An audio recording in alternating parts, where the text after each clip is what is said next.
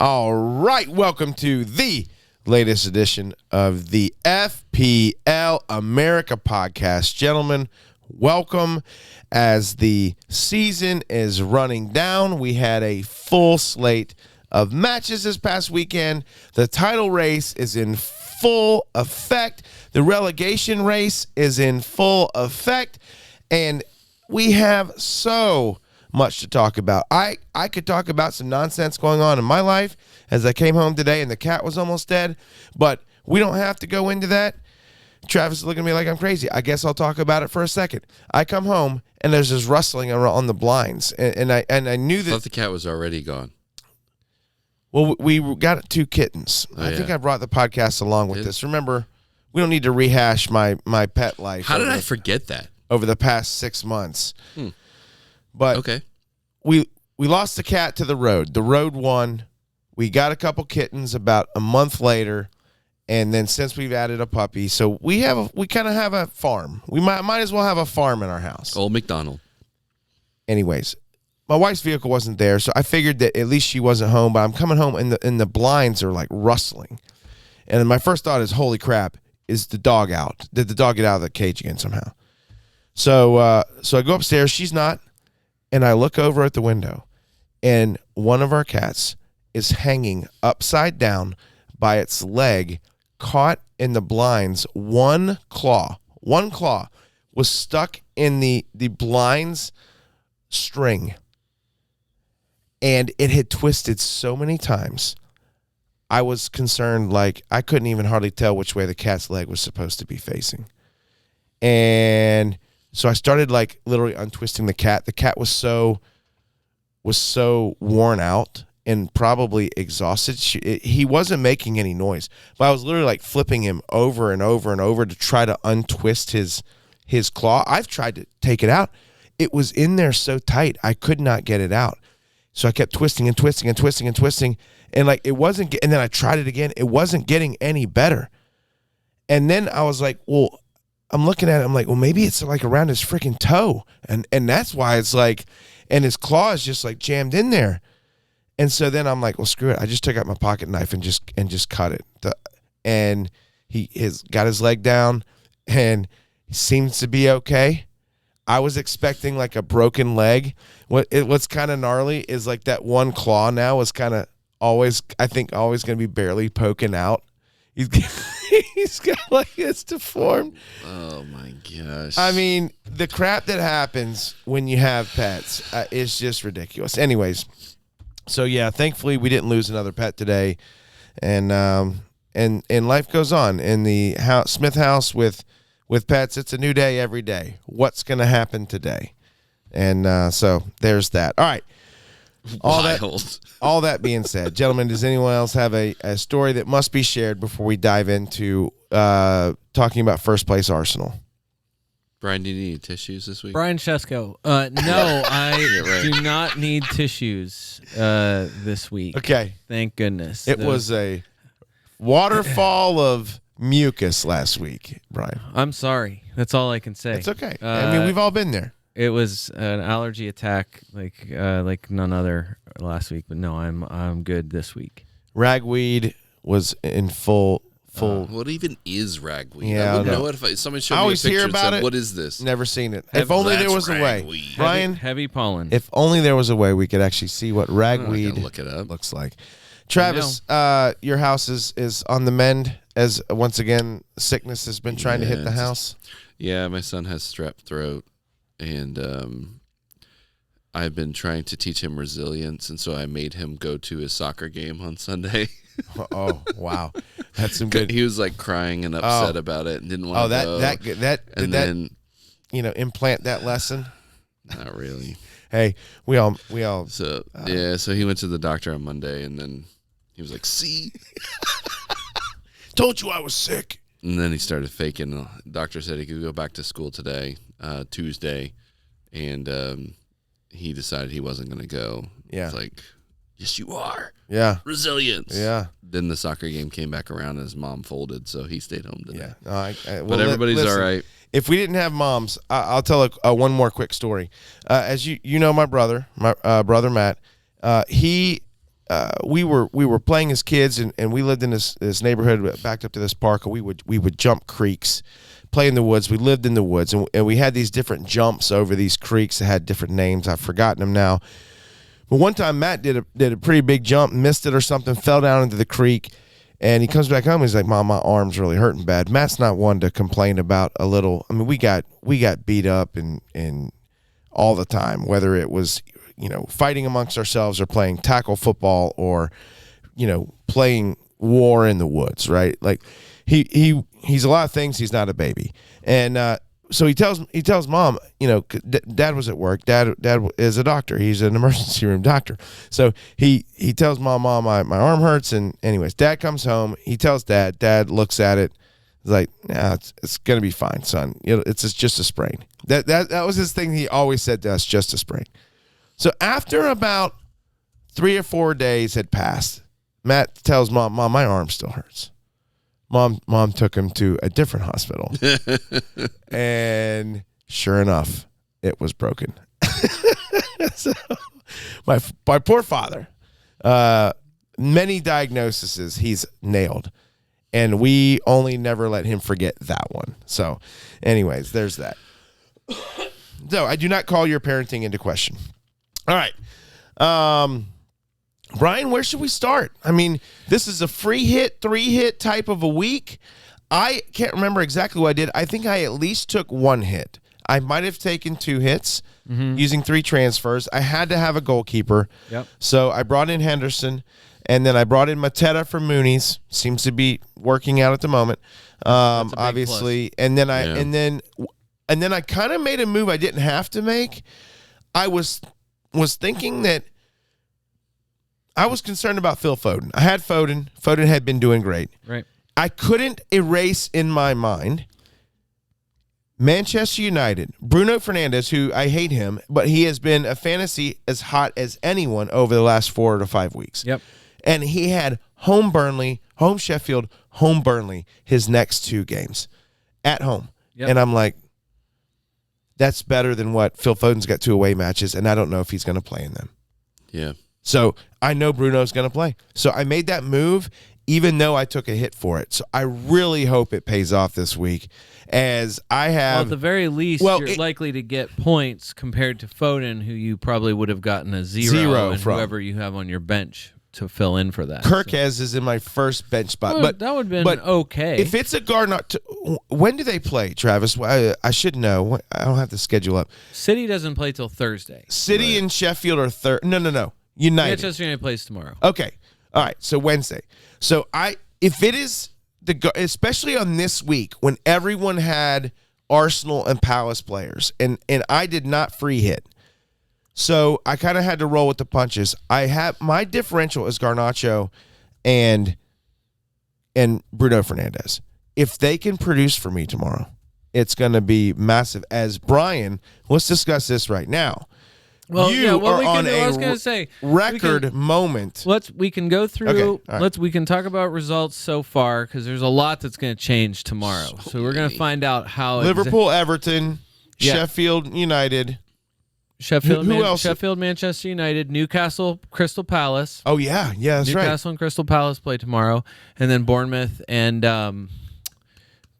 has their second. I can't remember who Wolves. It is Bournemouth Wolves. Oh, Bournemouth Wolves. Yep. Right. Okay, so all of those 4 games on Wednesday. Those are going to have, this is already, I think, I don't know about you guys, but I feel a lot better about free hit in game week 34 than I do about free hit game week 29. When we talk about your results, of course you feel better about that. So we can talk a little about what's happened so far, but I think all of it needs to be with an eye toward game weeks 35 to the end of the season. So your remaining game week strategy starts right this second. It's 4 weeks. Right. So Travis is on a wild card. His wild card is active right now. Oh, you did activate it. So wild card active for Travis. All of this information is going to contribute to probably helping Travis make a further leap up the table. Sure. This season.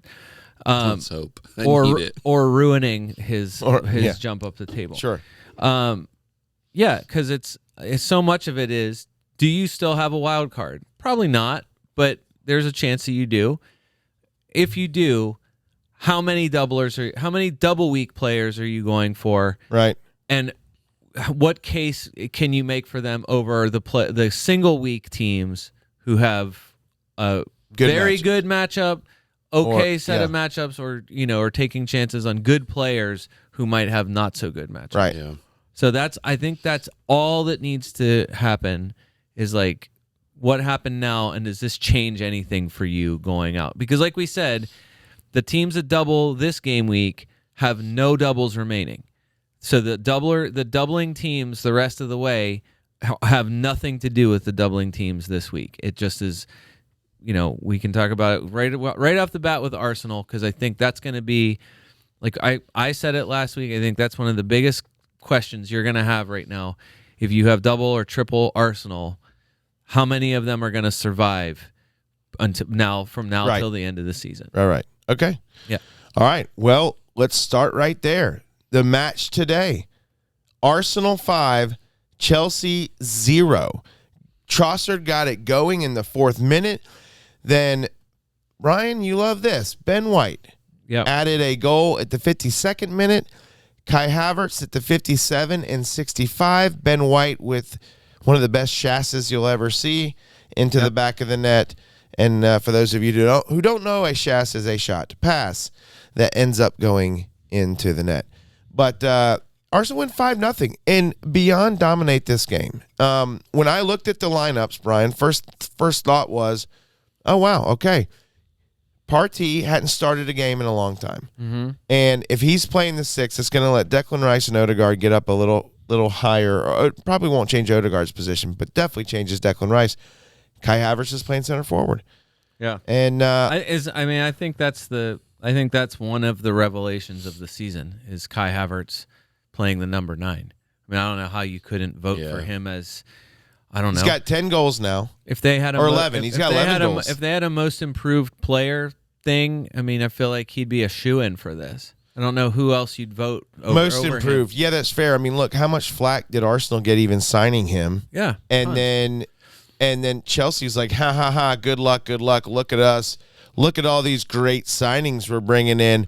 Look at all these money we're spending. Yeah. You can have Jorginho and Havertz, our cast-offs. Thanks, Chelsea. Appreciate that. Somebody said it, or I can't remember where I saw it earlier. It was like it's like over $1 billion in payroll for 28 new players or something like that. Some absurd thing. And meanwhile, meanwhile, we've already said, the players who are doing well elsewhere. It's like, oh my gosh, one of those guys good was history for that though. Yeah. No, you're right, Travis. You're dead on. Look, I don't want to be the guy who says, "Hey, I was on the Havertz train the entire time." I'm not going to be that guy. I don't know. I kind of wanted to let it play out.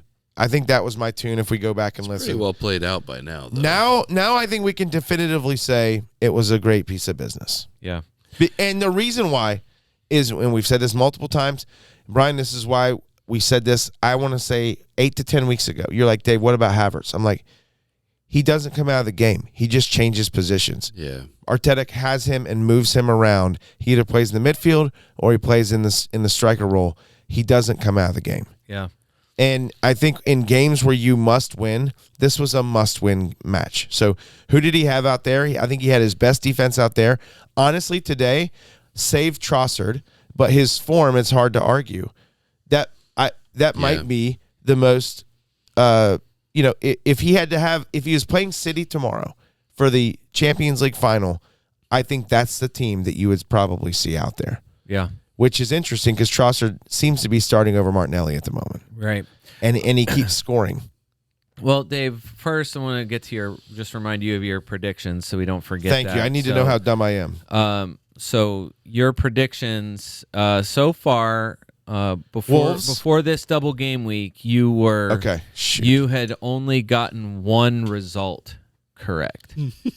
So you had predicted. How was I on wins, Here's losses, your order. and draws? You predicted 2-1 Arsenal victory over Manchester City. Okay. Actual was 0-0. Okay. You predicted a 3-0 Arsenal. The one you got right, you predicted a 3-0 Arsenal win over Luton. The actual score was 2-0. Okay. So you got that. that. Okay. You predicted a 1-1 draw at Brighton. We won that. You won 3-0. So you missed that one completely. Jeez. You predicted a 3-0 victory over Villa. Obviously, that did not go. That was the reverse. You went 2-0 Villa, so you missed that one completely. But Dave, happy to say you're now 3-3. Okay. You predicted a 2-1 Arsenal win over Wolves. Okay. You got 2-0. I was thinking Neto or Cunha might be playing in Well, that match. I was going to say it probably should have been 2-1 in that match, given the shot that I think it was Joao Gomez, the fingertip save that Raya had in the first. Yeah, that was a sick shot. And then you predicted a 2-0 Arsenal win over Chelsea. Okay, so had a little bit of a comeback this week. So yes, so you're back. You're back on the up, and just for the record, for next week or all right, for next game. So what did I say about for Spurs? 2-2. We can't draw. What did we again. say before we started? we a cannot- draw loses. we cannot draw I got a again. great Draw stat for loses. you, courtesy of Alistair Gold from Football.London, the guy that covers Spurs. You can't wait to hear this. I am really excited to share this stat with you because it is applicable to what will likely be the Spurs lineup for this weekend. But we'll get there when we get to when we talk about them. He's gleefully saving Dave, that, but it can't be good for me. So as far as the lineups go, like Wolves and Arsenal, the Wolves game. Probably the only luckier clean sheet in that first set of matches was Everton's. I think that was probably the only. That's fair. That was. So I wasn't surprised. It was Kivior who was playing. He made the mistake that led to that shot that almost cost you one down. Yeah. The question I think did we ask it last week of just like what are the chances that if Tomiyasu's fit, Right. is Tomiyasu going to be the one you're going to see on that side the rest of the season? I think And you said yes. Did you just thumbs up that? Weird. Did I? Someone just thumbs up the bubble on our video. So it's FaceTime. So Apple. If you do loves, if you just do that in the screen, you have to it turn shows it up. on. Okay, all right. Weird. Brian's got all the Wow, you got all the technical tricks in gizmos. there. I have nothing. I didn't turn anything. Wow. If it's Just- turned on, then Just then don't someone make else the, came in Don't there. make the heart emoji or the heart shaped thing and hold that up because then you'll get all sorts of Do the crazy Caitlin things Clark and- right now. Well, don't take a dump in front of the camera either because it probably brings up that little turd. So Dave, Tomiyasu starts, Yes. of course, in the second game. Yeah. Kivior on the bench. Zinchenko comes on Right. at the end. To me, By the way, Tomiyasu also started in the Bayern match. Yeah. Right, in a game that you got to have, and Arsenal played great in that game. They just didn't have enough. Honestly, veteran moxie. I don't think. I think we all agree that a fit Tomiyasu is the best option on that side for everything comprehensively that Arsenal is doing, Except for Yuri and Timber, who scored a goal for played with the under 21s and scored a sick goal. in Did 9 you see minutes. that, Travis? No, I just heard you talk about it and it made me not want to look at it. Fair enough. Um, I would expect that from you. so I respect it. That's the one. That's Right. the one thing that could be a wrinkle the rest of the season. Just No, because, but- Tomiyasu's so cheap, we pumped up. Kivior seemed like such a great option for so many weeks and was playing really well, and then he had two Bad game. two bad dud matches. performances here. Can't imagine you see him again as long as Tomiyasu is I fit. agree. And Tomiyasu is obviously a better option than Zinchenko. Yes. And you don't take a risk on Timber. Right. The last couple weeks of the season when you've got Tomiyasu As soon as in you your see pocket. Timber make the bench, then you expect him to get minutes, but I would not think that he's going to I agree. factor. I don't think he's it's gonna going be to a factor in this fantasy There's season. not enough games. But next I agree. season, I agree. I will go right back to where I was at the start of this season. Timber will be I my had him as Arsenal well. defender I had him as in well. my. Right. So Saka blanks against Wolves. I wish Not great. Although your story is funny, and you should have known better. So last Like week honestly, we went through it. I don't know how many other ways I could have talked myself into not having Saka, or at the very least, if you were picking an Arsenal midfielder, the so obvious answer was Havertz. yes. Havertz, of course, you're not feeling great after the Wolves game because he blanked. Also, he was a little more attacking. Didn't have a great. I don't feel like his chances were all that good in the Wolves game. Yeah. And of course, then Odegaard and Trossard Trossard score the goals. Havertz makes up for all of it today. Yeah. So a brace from Havertz, and people who have him are thrilled right now. Oh yeah. People who have Odegaard, thrilled right now. Yep. Another crushing performance. People who have Saka, just like I'm just glad he got an assist. I captained him this week, and Yeah. I'm just like, just give me an assist. right. And so now for me, it was like I said last week, I sold Saka. He's not in my team at all. I replaced him with Phil Foden. I am so satisfied with that move. And Yeah, again, Foden actually plays. right. Foden's not going to be. Foden's probably not playing against Brighton, but either way, point being, like, so I guess for people who are you buying an Arsenal midfielder? If you don't Are own you Havertz buying an Arsenal midfielder on your wild Mr. card. Wild Card? Yeah, that's a great question. What? Okay. Have you gotten rid of your Arsenal midfield if you had any? Because you had 3 Arsenal coming into this game week. Yes. On a free hit, yes. Okay. So, but Well, on your actual team though, before in the game week free 33, you had 3 Arsenal also though. Yeah, you had 2 defenders. Yeah. I had 2 defenders. How many Arsenal survived your wild card draft so far? As of right now, You say 0? no. Oh, There's okay. not enough defense. Right now, I still have 2 Arsenal defenders. Okay. You have Gabriel and you have Ben White. Saliba. Oh, Saliba. And the reason why I still have them is because I got them so early that I lose quite a bit. Oh, if I sell on the them. wild card. Yeah, So that's right. I'm 'cause holding your them for now, and there's not a lot of great options There's not a lot of great out defensive there options. right now. What drives? I think what's crazy about this drives like the recency bias of everything drives everybody's decision making so much. So if they had a 2-0 win again today, I think everybody's totally satisfied throwing them out. They smash, and this is how many starts in a row for Trossard? I think 4, it's 3. 3. It's at least Hold on, 3. if only there's a Well, way. I'm saying like Trossard is 6.5. We have said, we've gone through the numbers. I know it was a long time ago at this point, but anytime Trossard starts, and I would say comprehensively, like his per 90 numbers are the best of anyone playing for Arsenal. Havertz has to be, I think in total, Havertz is still number 1. So I still think if you were picking somebody, you would probably still go for Havertz. Yeah. But how does Arteta mess up this rhythm right now? Trossard is back to crushing again. His Wolves goal was also He's got 10 goals on the season. his Wolves goal is a mishit. So that is True. that is not an intended goal. His XG I think against Wolves was I got it 0.05. So you're saying there's a chance. Yeah, exactly. But you'd say Odegaard scores on that last kick of the game against Wolves also. His XG was 0.15. I mean, you saw it. I mean, it was like the tightest possible angle. He near posts it. Like, I don't know how does Saw not get that? But whatever. He scored it. Still, it's like a low percentage, but still it went in. So what? And then Odegaard crushes again today, or at least, two assists. I think I'm sure got bonus. I would think he got bonus points. So what I'm saying is, like, if you are on a wild card, like, first of all, if you had Saka, there's no way you're keeping him. Like, yeah, he had 2 bonus points. Right. Odegaard was awesome today. But what I'm saying is, if you're on wild card, you are not. There is no way Saka is surviving. Yeah, I agree. Havertz, at the very least, is your choice. My guess is that's a financial decision. If it wasn't financial, do you are you advocating Odegaard over No, Odegaard over Havertz? I'm advocating Havertz first. But what I'm saying is, if you knew that Trossard is going to just maintain, because it doesn't seem like you want to mess this formula up. Okay.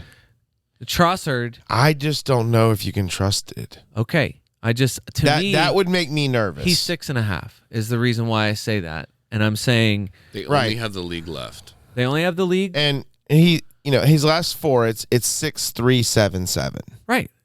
And I think Peter Drury went through the numbers. He's scored like 9 goals, and he's got like nine goals in his last like 16 games or something like that. There was another stretch where he started in match week 21 to 25. So over those 5 match weeks, his scores were 8, 1, 8, 8, 11. Yeah. So that, and he started 3 of those 5. Yeah. But there's been multiple times where he's come on this season and scored off the bench. Right. He's got 10 goals, 2 assists on the season. Yeah, Not bad for the minutes that he's played. I know. The inconsistent starts. I guess what I'm thinking is, like, you have 4 games left. So you're the games that you have, like, they're fine. I think the schedule the rest of the way, like at Spurs. It's not great. I mean, Spurs this weekend, God, I don't even know what to think. Sunday is going to be I just hope it's sweaty. a barnstorm. It's just Travis, can we come here? When is it? Oh, wait a minute. I'm going to be out of town. I'm not even going to be in town this Sunday. Stupid. So, yeah, sure. Come on over. Yeah, come on over. All right. Sorry. Strap in the house. Here. But it's at Spurs. They're fine. So, whatever. To me, that's it feels like, I don't know, there can be goals there. I don't know. This is a rested Spurs team now, but a Spurs team that's missing a key piece. Destiny Udogie, of course, out for the rest of the season. So that's not good. I would say that's not good for them. But to me, it's not like that's an indispensable piece. So they can fill that gap, even if it's not as good as a player. Yeah. Whatever. So at Spurs, homeborn. Richarlison's out. No, he's back in training. So Richarlison's back. Everyone's back in training except for Udogie. That is confirmed by Ryan Sessegnon. Well, Sessegnon's long term though. Yeah, okay. That was relevant. What about Forrester? What about Giovanni Lo Celso? At Spurs, home Bournemouth. Right. What are you worried about that for? You're not worried about that. Home Bournemouth. No, but you can't overlook any of these at this point. Home Bournemouth at Manchester United. You sneeze one time and you draw and you're dead. You're seriously drawing, you're dead. You're That's concerned about at Manchester United? You really concerned about that? Should be. I mean, they've had Liverpool's number. I don't know what to think about it. Look up the reverse fixture while I say the last thing, because then you're home Everton in game week 38. So those not afraid of. Right. That's 4 games where you're like, I don't care what. So North London derby, fine. That is a probably throw records out the window sort of thing. Right. This is just going to come down to like desire and I don't think Arsenal holds a clean sheet. Arsenal quality should win that game. It should. They should. I'd be interested to see what the bookies got it. I bet it's like a plus 115 or something like it for a draw. I guess this is what I'm saying. I don't think it'd be favorites by much. A very common pundit comment at this point is something along the lines of, so wild carders are going to be selling Liverpool and Arsenal assets to bring in Chelsea players. Right? Some would. I'm right. Probably not.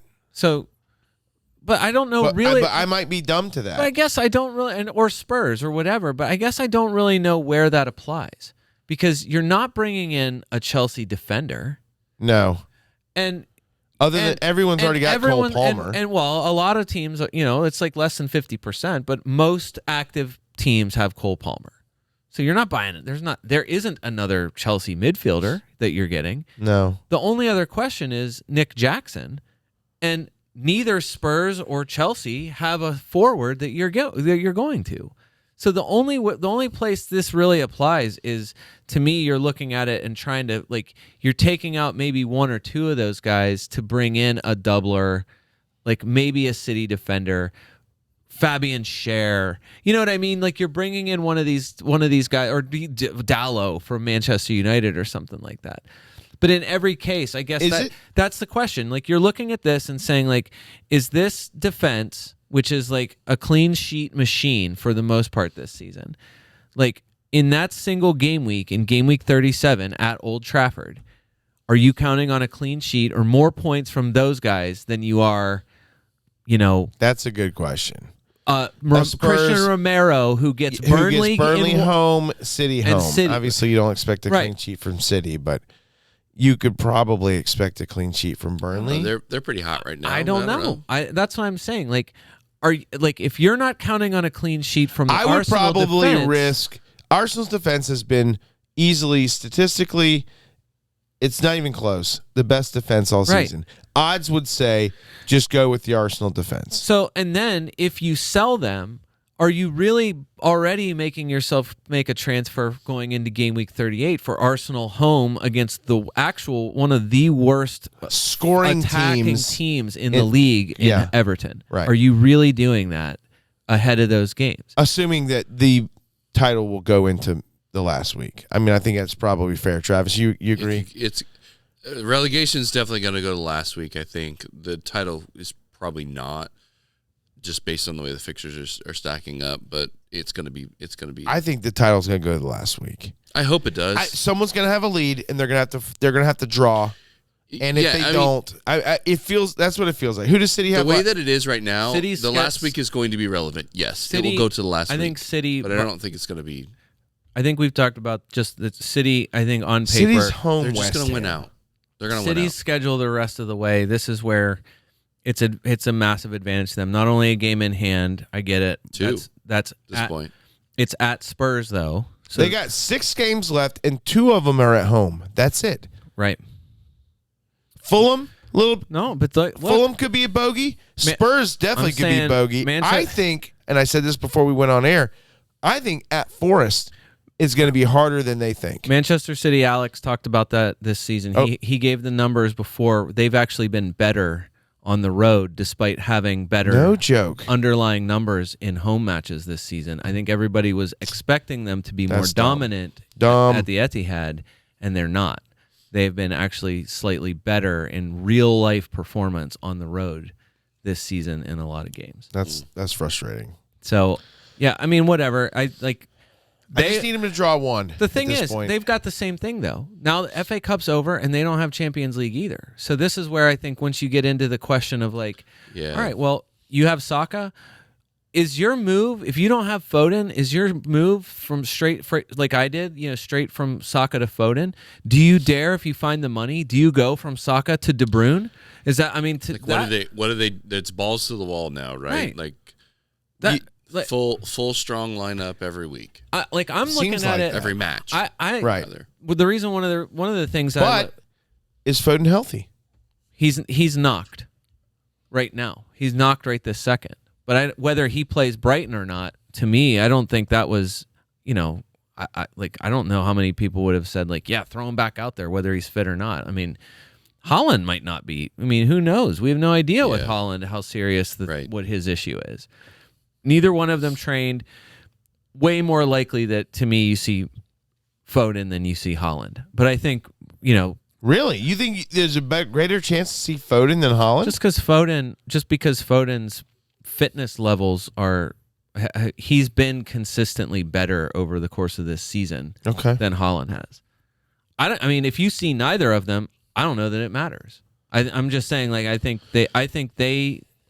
Right. I mean, look, City's obviously Right. a better team than Brighton, but this is the Premier League. Because they have a game, like you said, it's Thursday, Saturday, or Thursday, Sunday. They go Thursday, Sunday. Right. So if you can take this game where you're away to Brighton, a Brighton team that is, who knows? Like this version of right now Brighton is, who knows? Is not. It's not early season Brighton. It's not great. That's for sure. So no pushover. I don't think they play that way anyway. I think they want to steamroll everyone's. Well, I guess what I'm saying is, like, if you can get to, who would be your optional pick? I'm saying comparative. Like, if you're saying you could do Holland, Foden, De Bruyne from now till the end of the season, or you already have Holland in your team anyway, and 2 of your midfielders are Trossard and Havertz and Saka, Havertz and Odegaard. Like, which way are you going to go? If you have, for sure City's schedule is much greener, and they have a double in game week 37. I'm just saying, I just don't think if you have the ability to make the City players happen in your team, that you're not gonna go that way. Are you? I don't know. Who are you gonna own? I don't think I can get to. The only way I could get, because I already have Foden. Foden to me is that's a no-brainer. He's not, unless you find out that he's getting surgery. He's got mono. That's it. Okay. Then he's not coming out. The question is, like I'd have to make the player that would have to move would have to be Garnacho. Like that's my guy that would have to come up because the rest of my midfield, it's Foden, Son, Salah. No, that's not true. Salah can go. Foden, Son, Salah. Salah's not in my wild Palmer. card. What's wrong with going Salah to De Garnacho. Bruyne? There's nothing wrong with that. To me, Right. I it's agree. just to me the goal threat. I think the obvious goal threat is higher. That might be my transfer with this week. Salah. Yeah. However, I think it's time to cut him. Yeah, and so we'll get to that with. But what I'm saying is, so just All right. all of this to put it into the yes. to put it into the Arsenal discussion, like Which we need to move on from. you would want to. I think This is not an Arsenal podcast. As much as you try. I know. my real team has Kiwior. So that was my transfer Okay. in on my wild card. And this is, again, one of Right. the reasons why I'm looking at it now. And I'm like, that seemed like an okay move in game week 30. Right. It is no longer a good move. Yeah. So that now is a transfer that he either needs to become Gabriel, because that's really the only place I could go, or I hedge to Tomiyasu and just hope that Tomiyasu is the guy I think that's going to be safe. who nails that I spot think. down. Travis? Yeah. I feel like you That's wanted true. to unload some knowledge there. What are you holding back? I said this a couple weeks ago, and I moved, and he stayed in my team. But Diego Dallo is Dallo, yeah. Right. is up there as well. He's 5. As somebody to go 5'2". Okay, right so now. he's gone up even more than that. So just throwing that out there. That's a reasonable option, I think, as well. I'm just, it's like, to me, this week was a really, like, thanks a lot, Arsenal, for absolutely smashing, 7 goals in 2 games, all from guys that are like players that you could have looked at, that we looked at ahead of this time and said, yeah, those are the guys that can do it. Like, and they did it. Havertz actually did it. Odegaard actually did it. Saka, we said last week, Eze, Mateta, Saka has had 1 shot on target in like 9 game weeks or Right. something. You're right. ridiculous You like read that stat last week. We read it. We had it. I have right here on this very screen in front of me, and it's and what did I do? I said You owned him. keeping Saka in there because he's a star boy. He's their star boy. He's gonna get, and then nothing. He gets an assist and then comes off early, and I'm just like, "Are you serious?" He made it to 60. We talked about this. Anyway, yeah. But yes, we did talk about it. Congratulations to Arsenal Football Club for just not even remotely crumbling at this stage That's of true. the season. It's fair. That's fair. Even though the Villa loss felt like a little bit of a misstep, but hey, they wobbled. They wobbled. Like, you could have make a case even for maybe Declan Rice. Declan Rice finishes with 2 assists in the Chelsea game. Declan almost scored as well. Oh yeah. He smashed them. Yeah. Odegaard's doing similar stuff and is more dangerous in a goal. Arsenal, Yeah, for at sure. some I'm point just saying, around after the 3rd goal, Chelsea mentally shut it down. Yeah. The only person that was trying was Conor Gallagher. Can you on believe the they pitch. scored more against Chelsea than they did against Sheffield? Yeah, and 'cause that Sheffield game felt like one of the most demoralizing things Arsenal- you've ever done to someone. Arsenal fans started olaying in the 60th minute, and then they were olaying Chelsea Yeah. when Chelsea had possession Yeah, around the 80 minute it was mark. late. They were olaying when Chelsea had possession, mocking them. Yeah, And it was like Chelsea was just pathetic. I mean, I kind of almost felt bad. Where was Palmer? I missed that. he was sick, out with illness. That was something that showed up. Yeah. Poch said. Was it out with illness or just a healthy scratch? Pochettino And said. Brian, I said this to you on the phone today. The guys who were trying to take Palmer's penalty, Jackson and Madueke, what they do today when Palmer wasn't playing, they got blitzed. Yeah, I mean, look, I don't know if he would lie about it just for the sake of making a point or whatever. I mean, that was his statement. Everybody I'm a little sick. yeah, the black lung pops. Good luck, guys. No, I mean, he said it. We're not, that statement. We're not Cole Palmer. This is Chelsea Football Club, not Cole Palmer Football Club. Right. And it's like, well, you might be Cole Palmer. Show me. You might be Cole Palmer FC. I couldn't say it again. Did you hear that? I screwed it Cool up, Travis. Pulmer. Yeah. How many Chelsea do you have on your wild card while we have Chelsea here in the window? I tried really hard to try and make it 3, but I couldn't find 3 people to put in. Okay. So it's only 2, and that's because I have Petrovic as a backup goalkeeper that I plan to bench. I plan to bench boost him. I mean, maybe it is. In 37. Okay. I have him too. I mean, valiant effort from him today. I mean, he made some great saves. True. But, I mean, it was just the blitzing was just too much. There was a time when this podcast would give out awards, which I always liked, and what was the Brad Guzan Award for Courage. Yeah. And Petrovic absolutely would have won that this week as he got hammered 5-0 and probably still had about 8 saves. 6 saves. Yeah, that was close. So I still guess got 2 points. Yeah. I mean, that's pretty good for letting in losing 5 5-0 and still getting 2 points. So, I can't imagine anyone is convinced by any performance from the Chelsea, like the performance like today. No. I think. I mean, you heard it if you watched at least the NBC sports broadcast here or whatever. I think that was the final takeaway. It was like, what is the identity of this team? Doesn't seem to be any clear style. No. A lot of talented players who are not playing like 11 best friends. They're not. You're right. So there is no cohesion here at all. And when you take the best player out of the mix, there is less than nothing here. Even though they did have a couple moments in the first half. No, look. And it was only 1-0 at halftime. I want to say this. At the start of the day, I was nervous. Because what Chelsea team do we get today? Do we get the team that can really buzz, or do we get the team that's going to get smashed? And I legitimately, honest to God, was nervous to start the day. And that's why I would say my take on Chelsea is you would describe them as unpredictable positive. Like, that's fair. They are soft. That's fair. They are soft as a turd.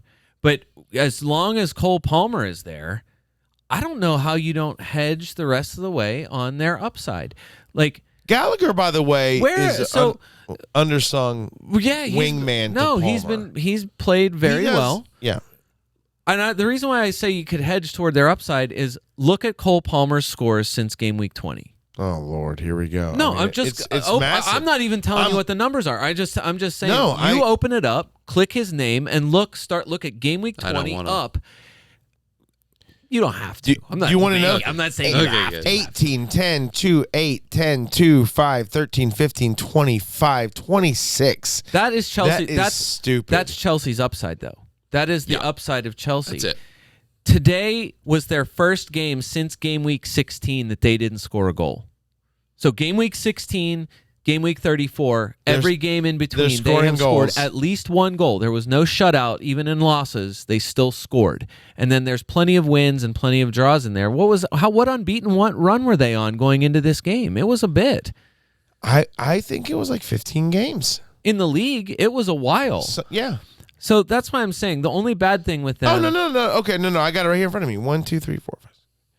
It was 11 games. Unbeaten. Wait, what? It was 8. Travis is right. It's 8. I can't count. Can't count. Right. Fast math, not good. The only bad thing with them, and this is why I keep asking myself, I said it last week, I think, is why did I pick Petrovic again? Like, no clean sheet since Christmas. So, like, defensively, you're never owning.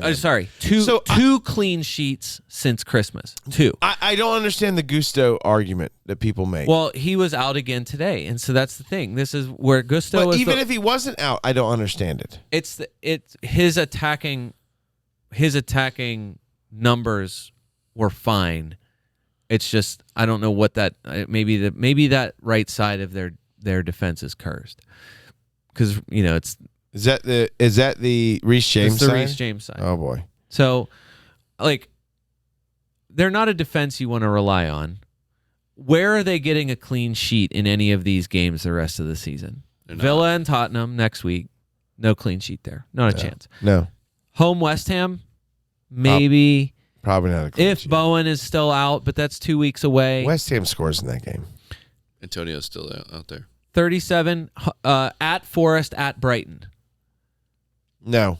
maybe Probably not. one of those. Probably not. Maybe but Maybe. Brighton. They're not clean cheating for us. But at you would, Forest. but either way, you wouldn't be surprised if they concede in both of those games. Yeah. And then they're home Bournemouth in game week 38. I doubt it. Too wide open. Dom's scoring. It's too wide open of a week. Dom's trying to win a golden boot that week. He's trying to get a hat trick on Chelsea.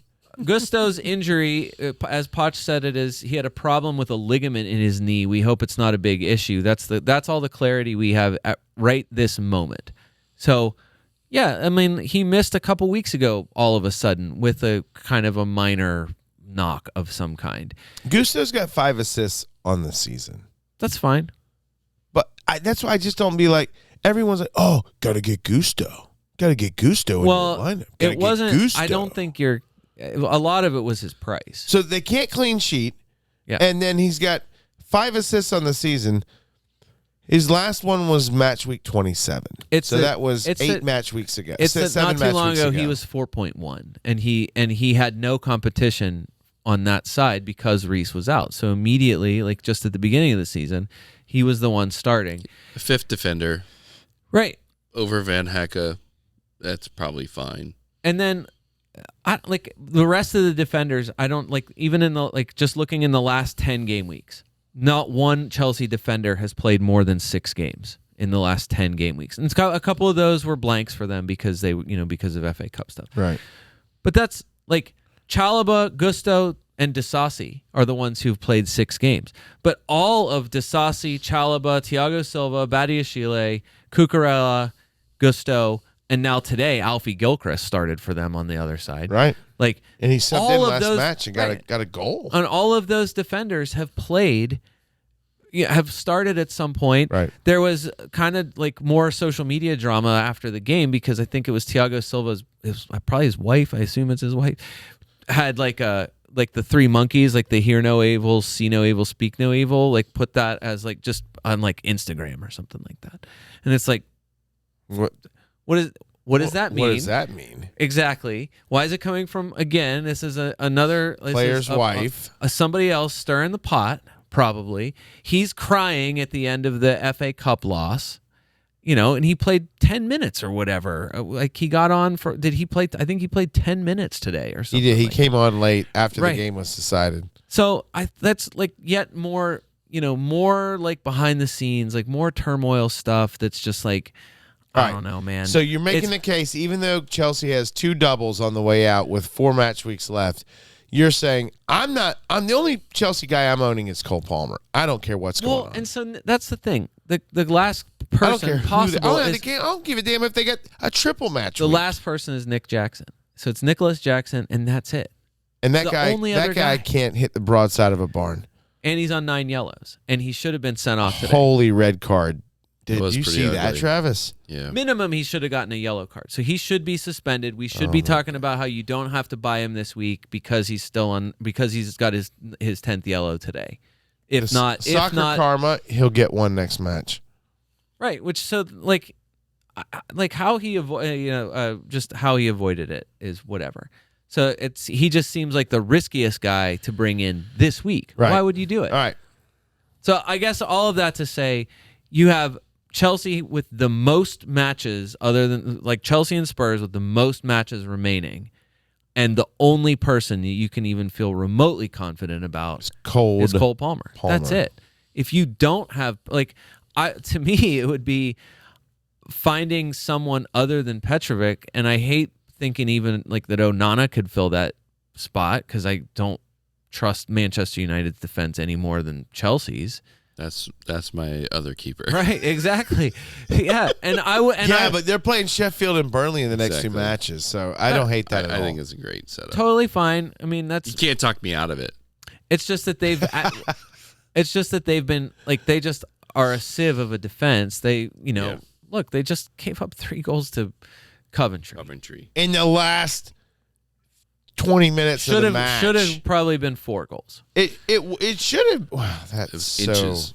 Either way, Centimeters. the point is Gusto is now all of a sudden like somebody that was so nailed on so many like drafts of rest of season teams, and now it's like, who knows? who knows what this injury is. I would have never put him. Nicholas Jackson, a guy who 2 weeks ago looked like a genius move to get in a little bit early on it. Goes for a goal and an assist last week, and then this week, he came okay. But close. we shouldn't be shocked, honestly. Okay, close. In fairness to Jackson, and I was harsh a minute ago, and we're gonna move on after this statement. But this isn't In a fairness massive. to This Jackson, is a big team. He was going against the best, and I'm not saying this because my team, statistically, they're the best defense in the league. Right. So he doesn't get a goal there. I don't think we should bash him over that. Right. And let's be honest, the best player in Chelsea this year has been Cole Palmer. Right.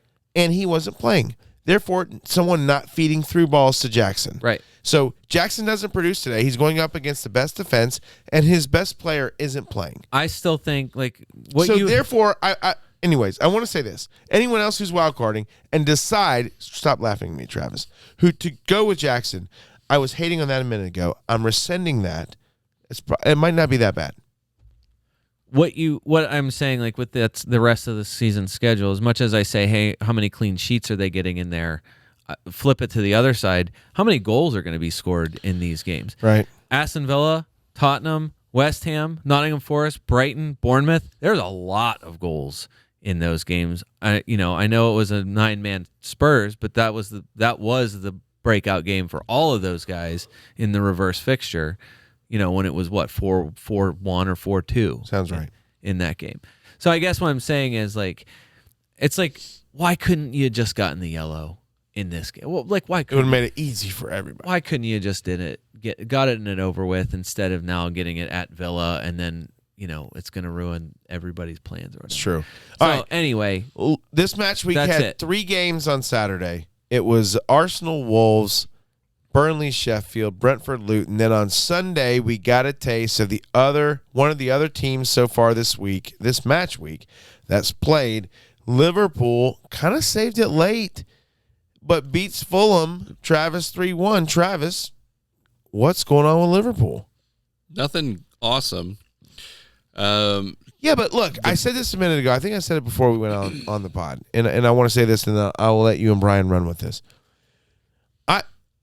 Number one, I am still shocked that Liverpool is in this race. But credit to them. They were in this title race. They have had a new midfield brought in. They have had multiple significant injuries to players that just seems to be this rotating door of injuries on their team. There have been games they've started under 21 guys. They have grinded and grinded and grinded. They have less losses in the league than anyone else, and there's 4 to 5 games left in this season, and they are still right there. Honestly, not playing ever once this season their best football. And I just think that's a credit to the organization. I'm still shocked. Every week I'm watching them, and it's not a good watch. If I'm going to be frank, it's not a great watch. But you know what Travis are doing every single stinking week? Is producing results. And I'm just like, how long can this keep going? And they seem to continuing to do it. Regardless of what happened in Europa, okay? I get it. Arsenal got beat by Bayern. It was not a good week for English teams in Europe. Okay? Let's just get that out there. This is not a European football podcast. But in the league, Liverpool continued to get work done. Credit to them. Travis, they had a goal from Trent Alexander-Arnold in the 32nd minute to go up 1-0. Castagna levels, halftime it's 1-1. Gravenberch, Jota at the 53rd, 72 minute, end up sealing it for Liverpool, and they walk away with another win with a bogey team at Fulham where you're like, hey, Fulham could catch us today. And for the most part, it wasn't that close. Yeah, I think going back to your they get it done and they don't have a lot of losses. That's true, but they've been grinding all season, and those grinds have resulted in a lot of draws, which fortunately you still get points for, which is why they're still in a title race, but aren't enough to win. Well, right? and we discussed before the pod, one thing that City has shown that's more important than draws, this is going to sound crazy, but losses are sometimes more important than draws. City has had less. As long as you win more has than had you draw. more losses than Liverpool probably over the last 3 or 4 seasons, yet they keep winning the title because they have less draws. So they're either going for it or they're not, and they're refusing to draw, and that ends up being the difference in 1 or 2 points at the end of the season. Yeah, that's absolutely true. And you know, I appreciate the credit to Liverpool, but at the end of the day, they're not getting it done. They've had. I don't know how you say that they are getting it done. Like Arsenal, but more than Arsenal, they've had the title in their hands and had the ability to just win, and they haven't. Right? They've been on the top of the table and held on to the most points with, you know, everybody else kind of trailing behind, and they've let it slip through their fingers. And so they're getting results, but they're not getting the results they need. And that's really what it comes down to. In order to win this league, you can't draw as many matches as Liverpool is drawing. And this one actually looked like it was shaping up to be a draw. Trent Alexander-Arnold looked back to his best. He looked. Is he in your free hit team? He's not. Okay. I am maximizing scoring opportunities, and that comes down to So you're not having him? Number of matches played. No, right? as in free hit. Did you free hit him in your team I this did week? not. Okay. I did not. Nope. Okay. And wild card, he's not part of my wild card either. Okay. Because again, my idea is I'm going to again try and maximize the You're number maximizing of matches. Right, because I do still have my triple captain. I just do still have my bench boost. Right. And so I'm planning on wild carding I think I'm bench this week 37. and then bench Yeah, boosting everybody- 37 is where I'm at. So the wild card right now is gearing towards a bench boost in 37. So Alexander Arnold looks great. Just about everybody else looks pretty pedestrian. Diego Jota finishes a goal that most of the guys on the field wouldn't have finished this season. That's awesome news, except for the fact that He's hurt now. He's now injured He's again. out for like 2 weeks again or something. He's out for another couple weeks. So it's just kind of a roller coaster with these guys. So, first of all, I was going to ask you just for the roster, were you surprised at all the benchings coming into this game? Yeah. Ooh, good question. Yeah, definitely. That's all. I mean, they needed it. Okay. They needed it. Salah especially. But he Klopp went out early in the Europa League game too, and I think that's where, you know, to me, I think that's where everyone looked at that and was like, all right, well, they're just saving it for the league, and then he gets benched again. He's not firing, and Salah needs a wake up call. Yeah, it's going to be whatever alarm clock they use in Saudi Arabia. That's what his wake up call. Honestly, I do think he's gone at the end of the season, very likely. That said, he's not at his best. But when he came on, he looked great. He looked really great. And Darwin probably should have scored on the pass across the middle.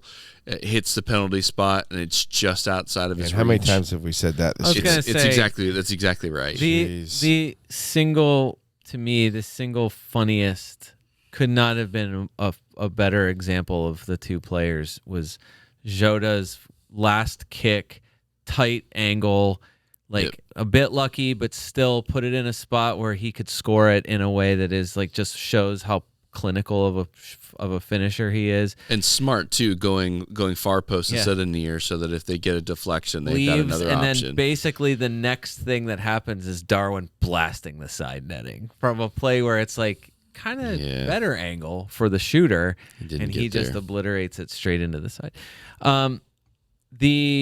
I think that's one of the bigger. I think that's a bigger swing for the week so far. I mean, that's one of. I think if you look at effective ownership, I mean, people are generally in the know kind of managers and accounts that are out there will let you know about that thing, and that's one of the things that, like, again, all the stats we use are from Fantasy Football Fix, and if you load your team in there, you can always see the EO of whatever player you have. Effective ownership. And I think Trent's was at 10%. Wow. This week. Wow. And so that's a major differential, Brian. So last week we talked about that. He looks like a man on fire. To me, it was Robertson. Like, I even gave the stats for him. Like, no, Robertson's per 90 numbers were good, and I feel like I felt a little bit more felt satisfied that he was going to start and that you could kind of count on his minutes. I think Virgil was the obvious safe one, but like I said last week, I still see no upside with Virgil. None. Zero upside I would to me. agree with that. But Trent was the one where it was like, well, let's see. Like, how fit is he? Concerns that he only played 30 minutes, and Connor Bradley's injury, whatever. Right. Starts in the Europa League, plays whatever, gets over 60. Everyone, did you see the quote? So a lot of people were like, oh, like they were quoting Klopp as though Klopp was saying that it was insane that he played thank you for in clarifying the Europa this. League. Did you see that? Yeah. That's not at all what Klopp was saying. If you the full quote was, he was talking about how insanely he was playing, the in quality that of his game, play, right. not the fact that and that played. he ran out of gas. They wanted him to play more. Yeah, People were like backing off on Trent as an option for that exact reason of like, oh, it was insane that he played, so I don't know how you can count on him starting. And it was like, no, that's not at all what he was saying. And he makes it 80 minutes in this game, which you're like, amazing. He's definitely starting against Everton. Mm-hmm. He played. There's no way he doesn't play 90 against Everton unless he's got a yellow card, and he's a danger, right for and for so going off. When I saw that, like, Robertson was in my free hit team until Friday, until that day before. And once I started seeing it, I was like, no, I can't. Like, I have to. If I'm hedging here, I'm hedging toward Trent. And just his attacking upside. And yeah, I mean, to me that's a huge swing, because Virgil, I'm sure, was in a ton of free hit teams on the grounds of safety. Like the security of 90 minutes and Virgil and headers and etc. And Trent ends up being the one who comes away with not a haul, but at least he got you. Oh, no, it was pretty He good. got you And a he's 9, still got a game and in he's got a hand. game to go. So I guess he's one of those guys that, like, the rest of the way, Liverpool's schedule is okay. Like, it's another one of those. They got like, Tottenham and Villa at least, Right. and some bogey teams. So I would. Okay is probably generous. It's not great, right? But still, again, like, I feel like unless you're going toward Arsenal defense, you are rolling the dice on just about And why wouldn't you go towards Arsenal toward defense, anybody other defender that you're going to. And the only reason why you would do it otherwise, to me, is a double game week, which again Liverpool does not have. Right. So Trent still, like, if Trent's playing himself not only into form but also back into consistent starter minutes, Right. Trent, if you get the Trent that we're capable of what we've seen before, Trent is a game breaking. It's the reason why he's $8. Like, he's at $8 for a reason. So much, bro. It's way probably too expensive. However, I just look around at the rest of the options, and There's not a lot of defensive options. Right. Definitely not a lot of offensive options. I'm definitely not saying, like, I'm going to try to find a way of getting them or whatever. I don't know. He's one of those guys that, he just would make me nervous. He just seems like one of those guys that could really, if you did find a way of going to him. At West Ham, there's goals there. Home against Tottenham, there's goals there. Again, it's all goals. There's no other way to say it. You get Wolves at home in game week 38, but that's probably a mostly fit Wolves team at that point. Yeah. I wouldn't, you're not Yeah, you're not counting on a clean sheet, but still, it's Wolves. The gap between Liverpool and Wolves, you think that's a definite plus matchup for Liverpool. So the easy math here is. Alexander-Arnold is 20 points off of Gabriel, who is the third highest scoring defender in on the season. Overall? Overall. What? No way. Yeah. As of Trent right now. Alexander-Arnold's No. season-long points are 20 off of Gabriel? There's no way. Correct. 30. So, I thought you said 30. no, it's 20. 113 and 133. There's no way. That is 100% true. So here's the question then. How many more minutes has Gabriel played than Trent Alexander-Arnold? Don't look. How many more minutes has Gabriel played than Trent Alexander-Arnold this season? That's wrong. This math is wrong. No. There is no So answer way. my question. How many more minutes has Gabriel played than Trent Alexander-Arnold? Hundreds. 300. So I wish I had an idea of what an average number of minutes would be. Sure. Gabriel has played most minutes. I think he's missed 2 games, so they've played 32 times 90. I can't do that fast math. That puts us on, I don't know, 2,400 minutes-ish. So Trent's probably played, I don't know, it seems like 13, 14 games. Maybe 1,000 minutes. Maybe 20 minutes. So I would say, 1,000 minutes might be close, Brian. It's just shy of 1,000. Yeah. He's played just shy of 1,000 Sorry, more that minutes was than boring, Trent Alexander-Arnold, talking through and that. has 20 points more. That's it. I don't Isn't believe that weird? I don't That's believe it. insane to me. I don't believe Travis, that is stat of the day. That's weird, Thanks, right? Dan Yeah, Patrick, stat of the day. I don't buy it. I think that's false. But right there What's are the crazy numbers. is you look back through his games, there aren't that many big games. I think there's actually an addition problem. I don't understand. I don't know, man. That still doesn't sound right. I think that might just speak to the quality of the defense, where Gabriel's not scoring a lot of goals. Trent's been involved Gabriel's in 7 getting clean sheets. Gabriel's getting a lot of clean sheets, but he's not exactly a bonus points hog because most of those games are higher That's scoring. fair. And Gabriel in a low scoring game might get Gabriel's you been involved in 14 clean sheets. Trent 7. Yeah. Ooh. Yeah. That's a look. Yeah. That just to me that reinforces it. Like Trent is different. Wow. Trent is just a Trent different. has That is wild. 19 bonus points Yeah. on the Okay. season. That's Yep, and Gabriel's got 6. Gabriel has 6. Yeah. That's your big difference. That's a 13-point difference. That's pretty big. But still, the 14 clean sheets to 7 is wild. Anyways, I found that interesting. So I think you're right. I think you're right that he is different, and there is definitely something there, even though they don't have doubles. With the way that he seems to be coming on, and the freshness that he has, having missed as much as he's missed, he has nothing but the final games of this season to look forward to. I think. Well, you see what he's capable of. You know he's going to take free kicks within range. That is him and him alone. So. Well, Harvey Elliott took the first one of the match. Also, which was interesting. McAllister was not playing either, so you wonder if McAllister could take some of that. Somebody else will, and Klopp even made a comment about that in his post match. Something to the effect of Harvey Elliott deserves like 19% of the credit for that goal because he took the shot so that Trent could see basically what the wall was doing, what the keeper was doing, which is interesting.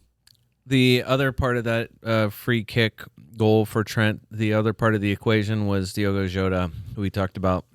Of course, Darwin was benched coming into this game. Of course he was. Of course it was him who gets sacrificed.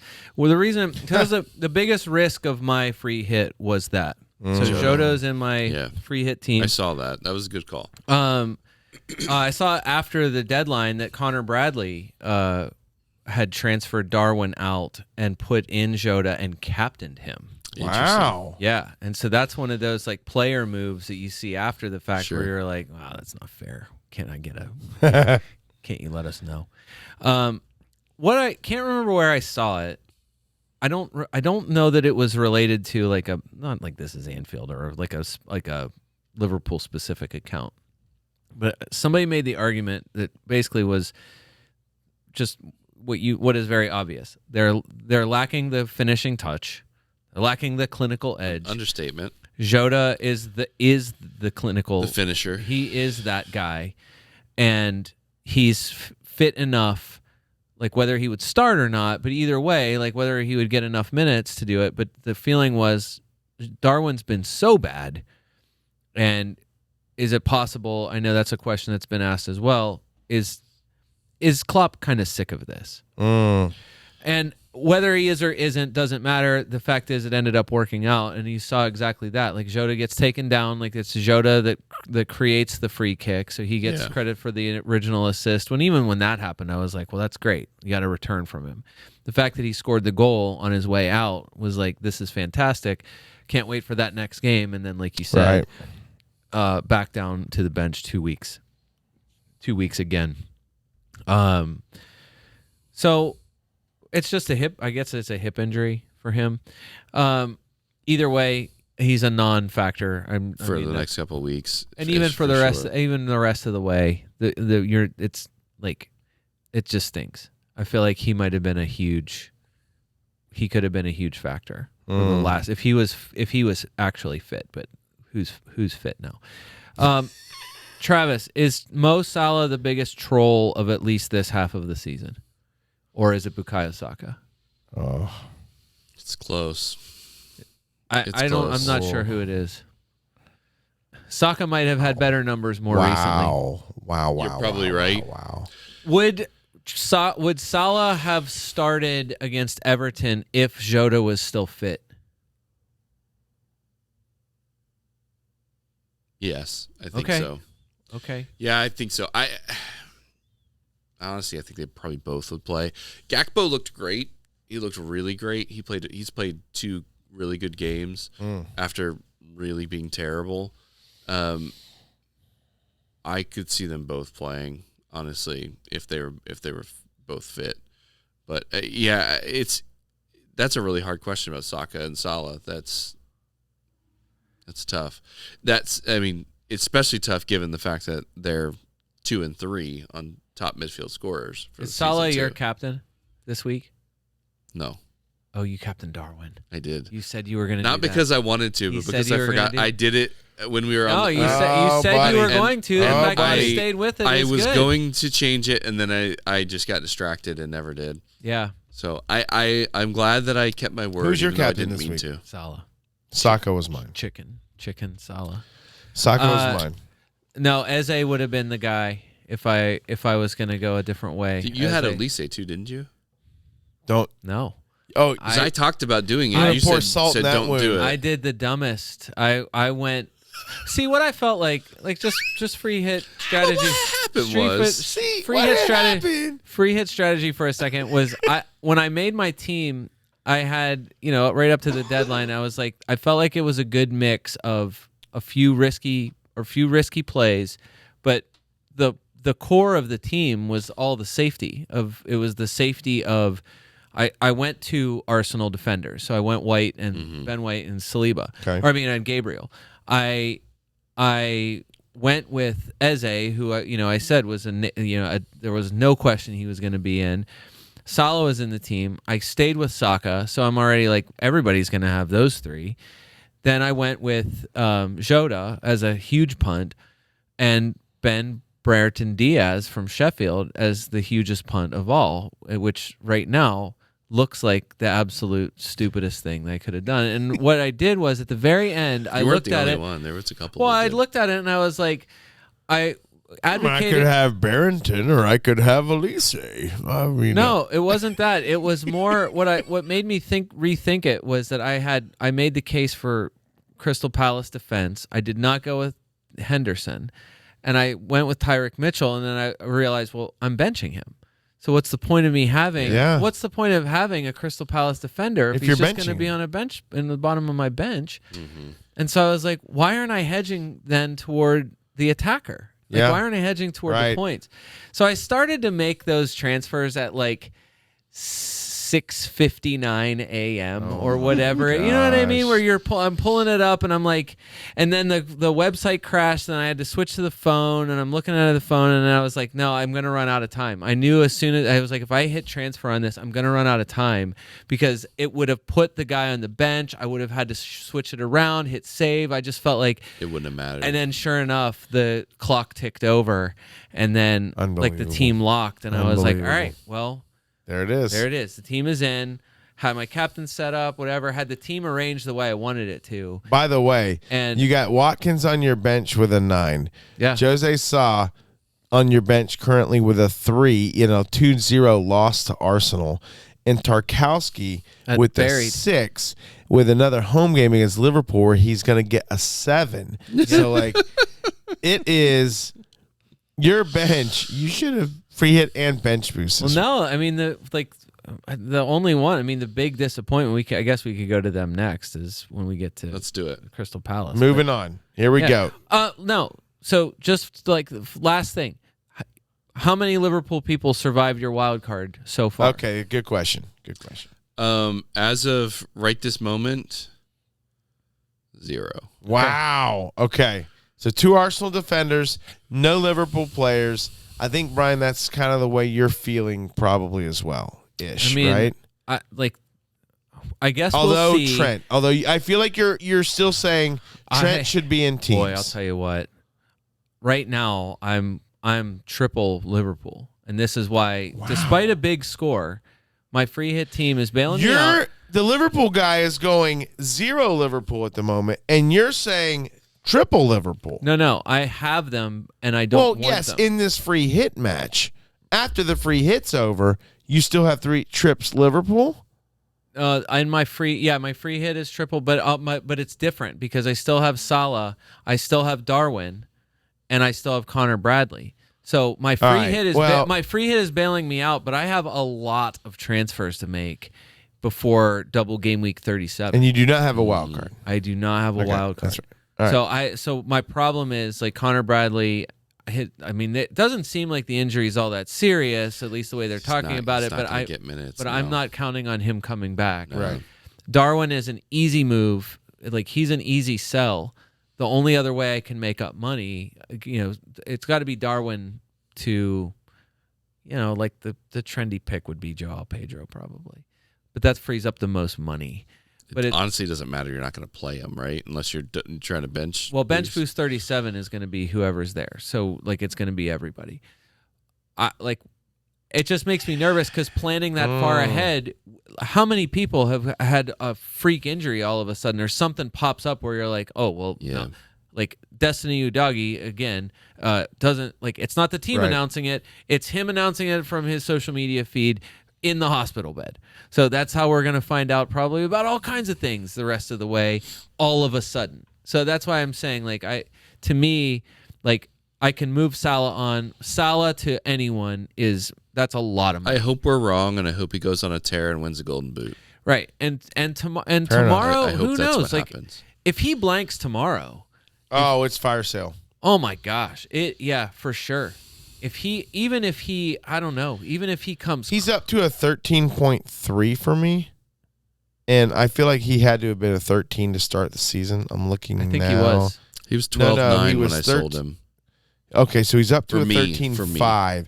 He started the season at 12.5. At 12.5. Okay.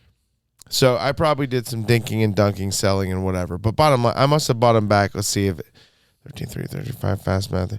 Anyways, I can't do the math, but 13.6 I think is his current price. 13. You just say that? Sorry, I was in my mind there. I have a 13.3, so I bought him at 13.0. Right? I mean, is that seemed the price rise? You get half the cost. So something like that.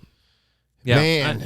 I guess that's what I'm saying. To me, fire sale if he doesn't score tomorrow. Fire sale. Yeah, he's got to. And I'm not being. I'm not right. hating here. I'm just fantasy. I can't afford it. Yeah. Yeah, I can. And I have too many. This is the thing. We've said it a million times. Kind of the story of the season is most of this season has been you're selling one very good asset for another very good asset. You can make the case one way or the other. I looked at it since Salah came back. You think man, his points are horrible, and then you look and you're like, only Cole Palmer has taken more shots than he has since he came back from his injury. And you're like, no, well, that's the most Salah that you expect to see or that you want to see is Salah shooting a ton. Cole Palmer's having an extraordinary, season so far. I'm surprised he hasn't passed Salah in points. But now you look through this, you look through that stretch and you're like, well, he must have been down somewhere. And you're like, no, actually, he's been mostly up. He comes off the bench and, maybe he looked the part, but he didn't shoot. So he had a bunch of zeros. So he had he had zero anythings coming off the bench against Fulham. But yeah, I don't know how you could feel remotely good about him barring some sort of miracle turnaround. All right, Crystal Palace 5, West Ham 2. The darlings of the double. Real quick for Fulham, do you have Mooney's? I sold him for Mateta. Okay, so he's official sell. He's gone out of your team with no. Well, I did it in mind for this week, but Mateta has been a little warmer, and Mateta has been more than warm. Yeah. So I kind of and Palace's games are fine going out.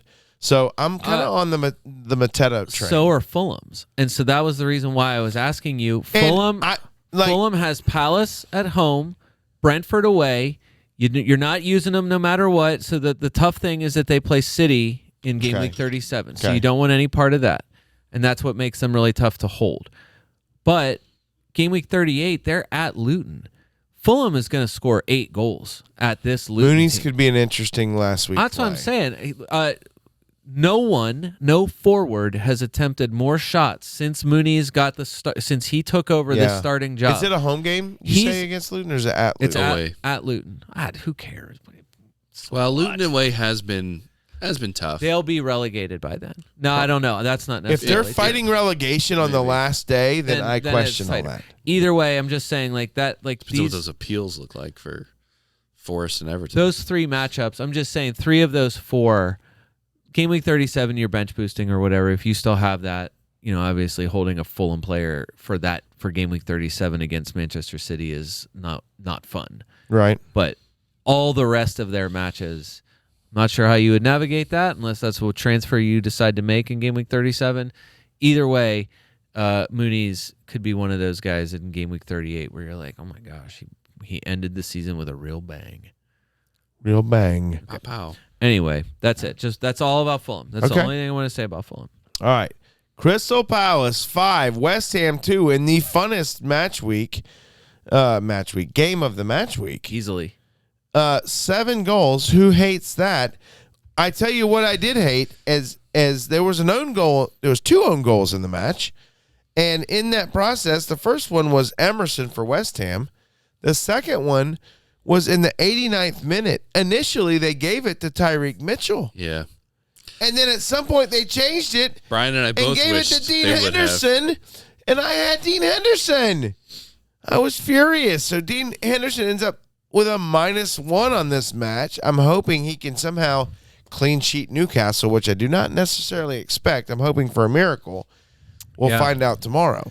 But what a great match, especially, Brian, if you're Brian Chesko and you end up, what's your score this week currently? A 116, a 113? My score this week so far is a 113. You have skyrocketed, and for a brief moment, at least for a day, you were in first place in our mini league, and you are in I don't know 5th place in the podcast league. Yeah, you've come out of nowhere. You have shot from 6th place to initially first. I've reclaimed it by 3 points. I know what you're trying to do here, and my point disagree being with what's is your free hit.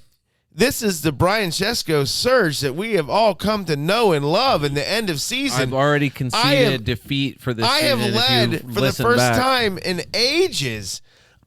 So many weeks in the podcast league thinking it was going to end, and my lead keeps growing and growing and growing, Travis. It gets up to 50, 60 points. And what Brian Chesko shows me is it all means nothing because it means nothing. I still have chips. Brian still has chips. He knows when to play them. He is the ultimate Kenny Rogers. And that's it. And he laid his marker, and he is in it to win it now. And there is at minimum a 3-point difference. I haven't counted the games up. He probably has. I need what's going to be fun is this. We talked earlier. The difference this week is going to be the Sheffield United. Does Manchester match. United get you something against Sheffield? Does the home match that United has? I have Garnacho and Bruno, and if it's a smashing, if it's a grog smash, United on Sheffield. Hopefully that will favor me because no one who free hit has any Sheffield players. I couldn't, so we'll see how that works out. Brereton Diaz could come out of nowhere here. Well, technically true. Brereton Diaz had technically true 4 big chances or something like that. Is he on your bench or did you play him? Oh no, he's starting. in the lineup. He could have started Watkins, but he said no. I'm starting Diaz. No, I could. And there's a lot of ways it could have gone. Despite the big number includes. Hey, it's not over. I'm not going to mock. It's not over. No, look, it's too late not for over.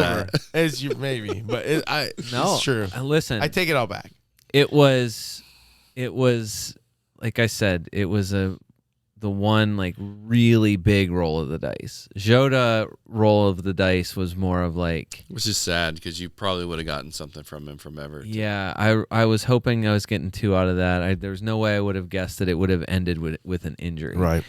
But Right, still, but at least either way, the point is you brought in Eze, you brought in Mateta. Anyone who brought in Mateta this week, Yeah. me being one. Yeah, Mateta, like as soon as you saw the goals start rolling, because I know that like Crystal Palace hasn't scored 5 goals all season. I mean, no, in and one what's game all not, season. it was Like, funny that because was a lot. there was a really healthy mix going into this game week from FPL pundits, at least Twitter pundits, a good mix of either stern warnings about like what Crystal Palace may, what like that they're a trap, or an absolute like all in, I can't wait to get triple Palace in my team. And like we talked about last week, there were some trendy picks in there. There were some other ways you could have gone here, but the correct way of going was triple Palace attack. Yeah. Like we said last week, there was a few things you were hoping for, and you got all but one of those things that happened. So unless you picked Anderson. Well, right. You're right. We said it. You're right. You got a leggy West Ham with no Jared Bowen. So one of the worst West Ham performances that you saw all season. Yep. So you got that. And then, the next thing you were hoping for is for the attackers is that the game would end up being open so that it would allow for maximum offense. Well, you got that, and you got it immediately. Elise scores an awesome header. 7 minutes. Yeah. Eze is 16. Mateta scores shortly after that too. 31. Eze scores. Eze's goal was the ridiculous goal. Emerson own goal at 20. Right. So you have all of it's like this barrage of goals, and the thing that I won't even name the accounts because there was one particular prominent FPL account that was like they went on, I would say, as close to like a tirade against Crystal Palace and just saying like this is a trap. Wow. They are a low XG team. In your face. And all I kept thinking is like every evaluation of them was like season long. And I'm like, you can't evaluate this team on a season-long basis. If your analysis of Crystal Palace does not start with when Eze and Elise play and when Eze and Elise do not play, then you are absolutely analyzing this team wrong. Well, you shouldn't be a pundit. All I could think is, I'm like, fine, I get you're right. In games where they don't play together or whatever, like, yeah, they don't perform great. They have been a little underwhelming. Not this time. Like this right. It has been unanimous with most people who are paying attention that when Eze and Elise play, this team can run with anybody. I know. So, yeah, and you got that. And so, yes, Mateta with a brace and an assist gets all 3 bonus in 67 minutes. Anderson did assist Elise's first goal, by the way. Well, so, Travis, he didn't go unscathed. I mean, you're right. We did say Elise last week. Anderson last week. To go to Mateta, just to stay on Mateta for 1 second, Dave. You said Mateta's been warming up or something like that. He's been warming up. And you were like, you insinuated I did not give him enough credit. No, not at all, because here's why.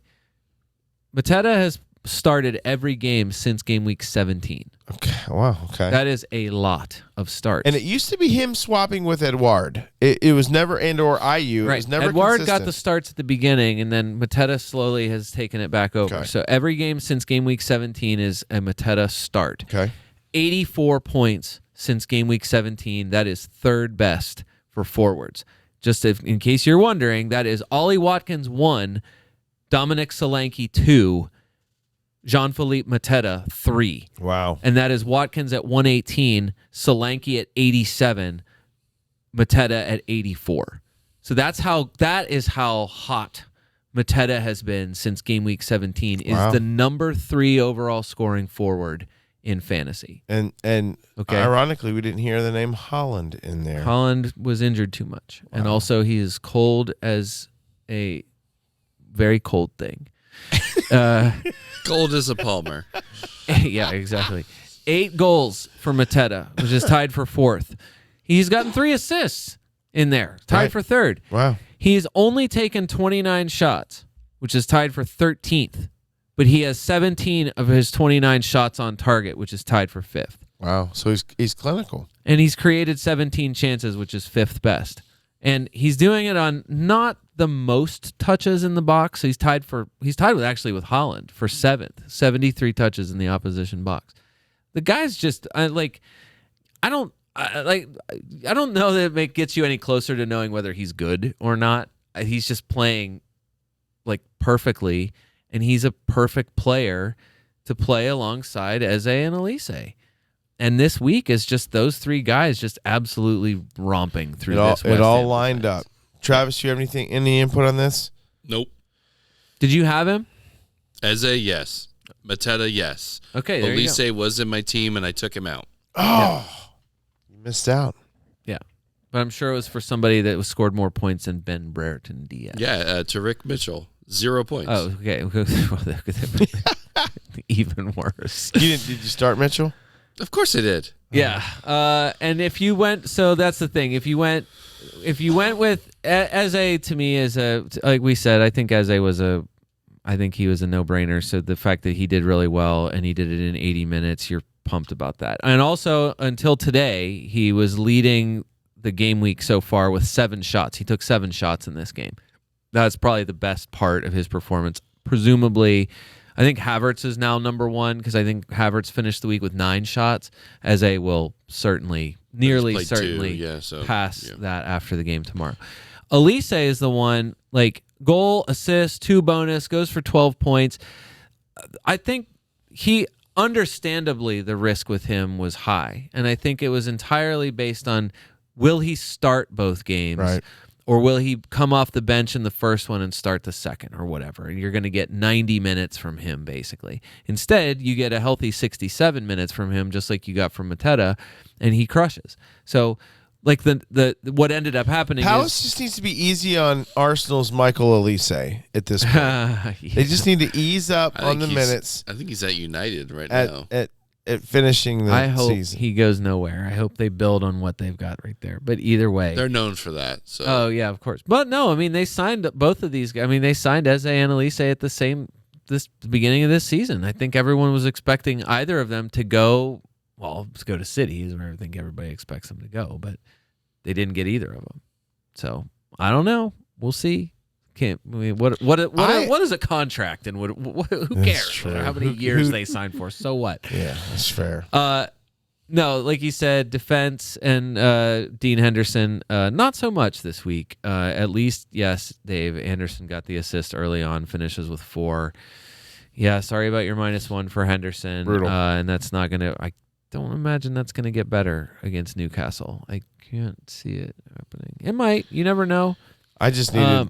honestly, at this point, I would have been better with starting a goalkeeper in Ariel or Kelleher because it currently would have outscored. Yeah, it's sad. Henderson, Travis. Tyrick Mitchell, too bad he got the yellow card. That's the problem That's with it. that. Was to get you the 0. And then Munoz, the other hype pick this week, doesn't get a yellow card, but still finishes with a 1. Chris Richards, the guy I probably would have actually picked him if I knew he was going to be fit. He was fit, but he also only got 1 point. So, no optimism for the Newcastle game, I would imagine, for them. On the way out, though, that's the question for Crystal Palace is what do you do? Yeah, it's fine. I would say it's good. It's fine. It's fine to good. It's not bad. Fulham this week. What's wrong with that? Nothing.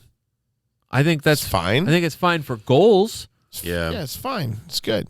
They're home to Manchester United in 36. Why is Manchester United any color other than green? They are green. They're gray. It is a green. They're gray. No, they're not. They are green. It's a gray. That is a green matchup. It's gray. I don't care what Number the colors 3, say. gray. They're at Wolves in 37. So what? Who cares about Yeah. Wolves' defense? They're green. And then they're home to Aston Villa in game week 38. Who cares? This Aston Villa defense, so what? If Aston Villa They've been has fine. 4th locked up, They've been if fine. Aston Villa has 4th locked up that day, their Villa will be on the beach. Now I don't know what Palace is playing for on that The only day. thing would be Villa's if still in Europe, aren't they? Villa yeah, has they a are. They're the only 6-point team lead. left. Yeah, they're the only team left. So that could be an interesting one too. But yeah, Villa's, Oh, okay. Yeah. Are they in Europa Conference? They're in Europa Conference. Conference. Yeah. So, yeah, I mean, it might be Which back. their next match would be after they play Chelsea this week. So it's between Chelsea and Brighton in 35-36. Okay. Either way. Just that's Aston Villa. I'm just saying, like, again, game week 37, bench boost. Everybody's bench boosting. You're going to have Eze on your team. You're going to keep Mateta or whatever. That's way different than Mooney's playing against, Manchester City if you keep him for Fulham. If you had Mateta, Eze, Elise, or whatever in game week 37, you're getting them in a game against Wolves. Right. That's way more useful for somebody who's bench boosting than it is, some of those other single game week teams. Right. So No. All right. it's not an insane, to me, it's still not an insane choice to have one of them in the team. I don't think you're actually going there, but it's not insane. All right. I wanted to bring up one more match that I thought was had some relevance this week, but I want to wind this down quickly and as preparing for 35 at this point. Yeah. The two teams doubling in 35 are Chelsea and Spurs, correct? Correct. So then eventually it's going to come down to who are we going to own for those. But before we get there, I just want to bring up, because they're fourth in the table, Villa 3, Bournemouth 1. Solanke, those who might have been starting him, gets a goal. Yep. Ollie Watkins continues his offensive contribution, gets 2 assists, ends up with a 9 on your bench, Brian. Yeah. Morgan Rogers, Diaby, and Bailey. Diaby and Bailey have been Villa contributors all season. They both get goals. So Travis Bailey is like Diaby when I didn't have him. Bailey more, Diaby Bailey less. more than Diaby. Yeah. Yes. But they have been. And look, it might not be as consistent as everybody wants them to be, but overall, Diaby and Bailey have been, ticking and tacking throughout the season. I should bookmark things because there was an account I cannot remember asked the question, which I feel like is legit, is whether or not Ollie Watkins' season is the best FPL season for a forward ever. Ever? Well, just on the grounds that this is a guy who better than started Holland's last year. He started at 8. Okay. Just saying, this is just a guy. Like where price point was. 19 goals and 17 assists. Right. Over 200 points already, and doing it for Aston Villa. Yeah. Just saying, I think the point was, if this was a Big Six player, no one would be shutting up about what an amazing season. That's probably fair. And just that he is just Travis, continued. you agree? I was just thinking of what if Harry Kane did that? If he had 19 and 17 Yeah. for Spurs this Yeah. season, Lose their freaking people would have crap. lost their minds. What if I don't know. They might what have if said Watkins he should have does that scored for more. Liverpool? What if Watkins is doing that for Liverpool? The title's not even Yeah, close. we would have just trashed I everybody think at that point. Ollie Watkins himself, I know this because of some of the Spurs coverage that there is, but Ollie Watkins himself has talked about the similarities between the way he has played here with Villa and the things that Tottenham is already doing. So I think there was some I wonder if this Some is scratching. Tottenham Hotspur Ollie Watkins that you're talking about, which that could really, really skyrocket them. the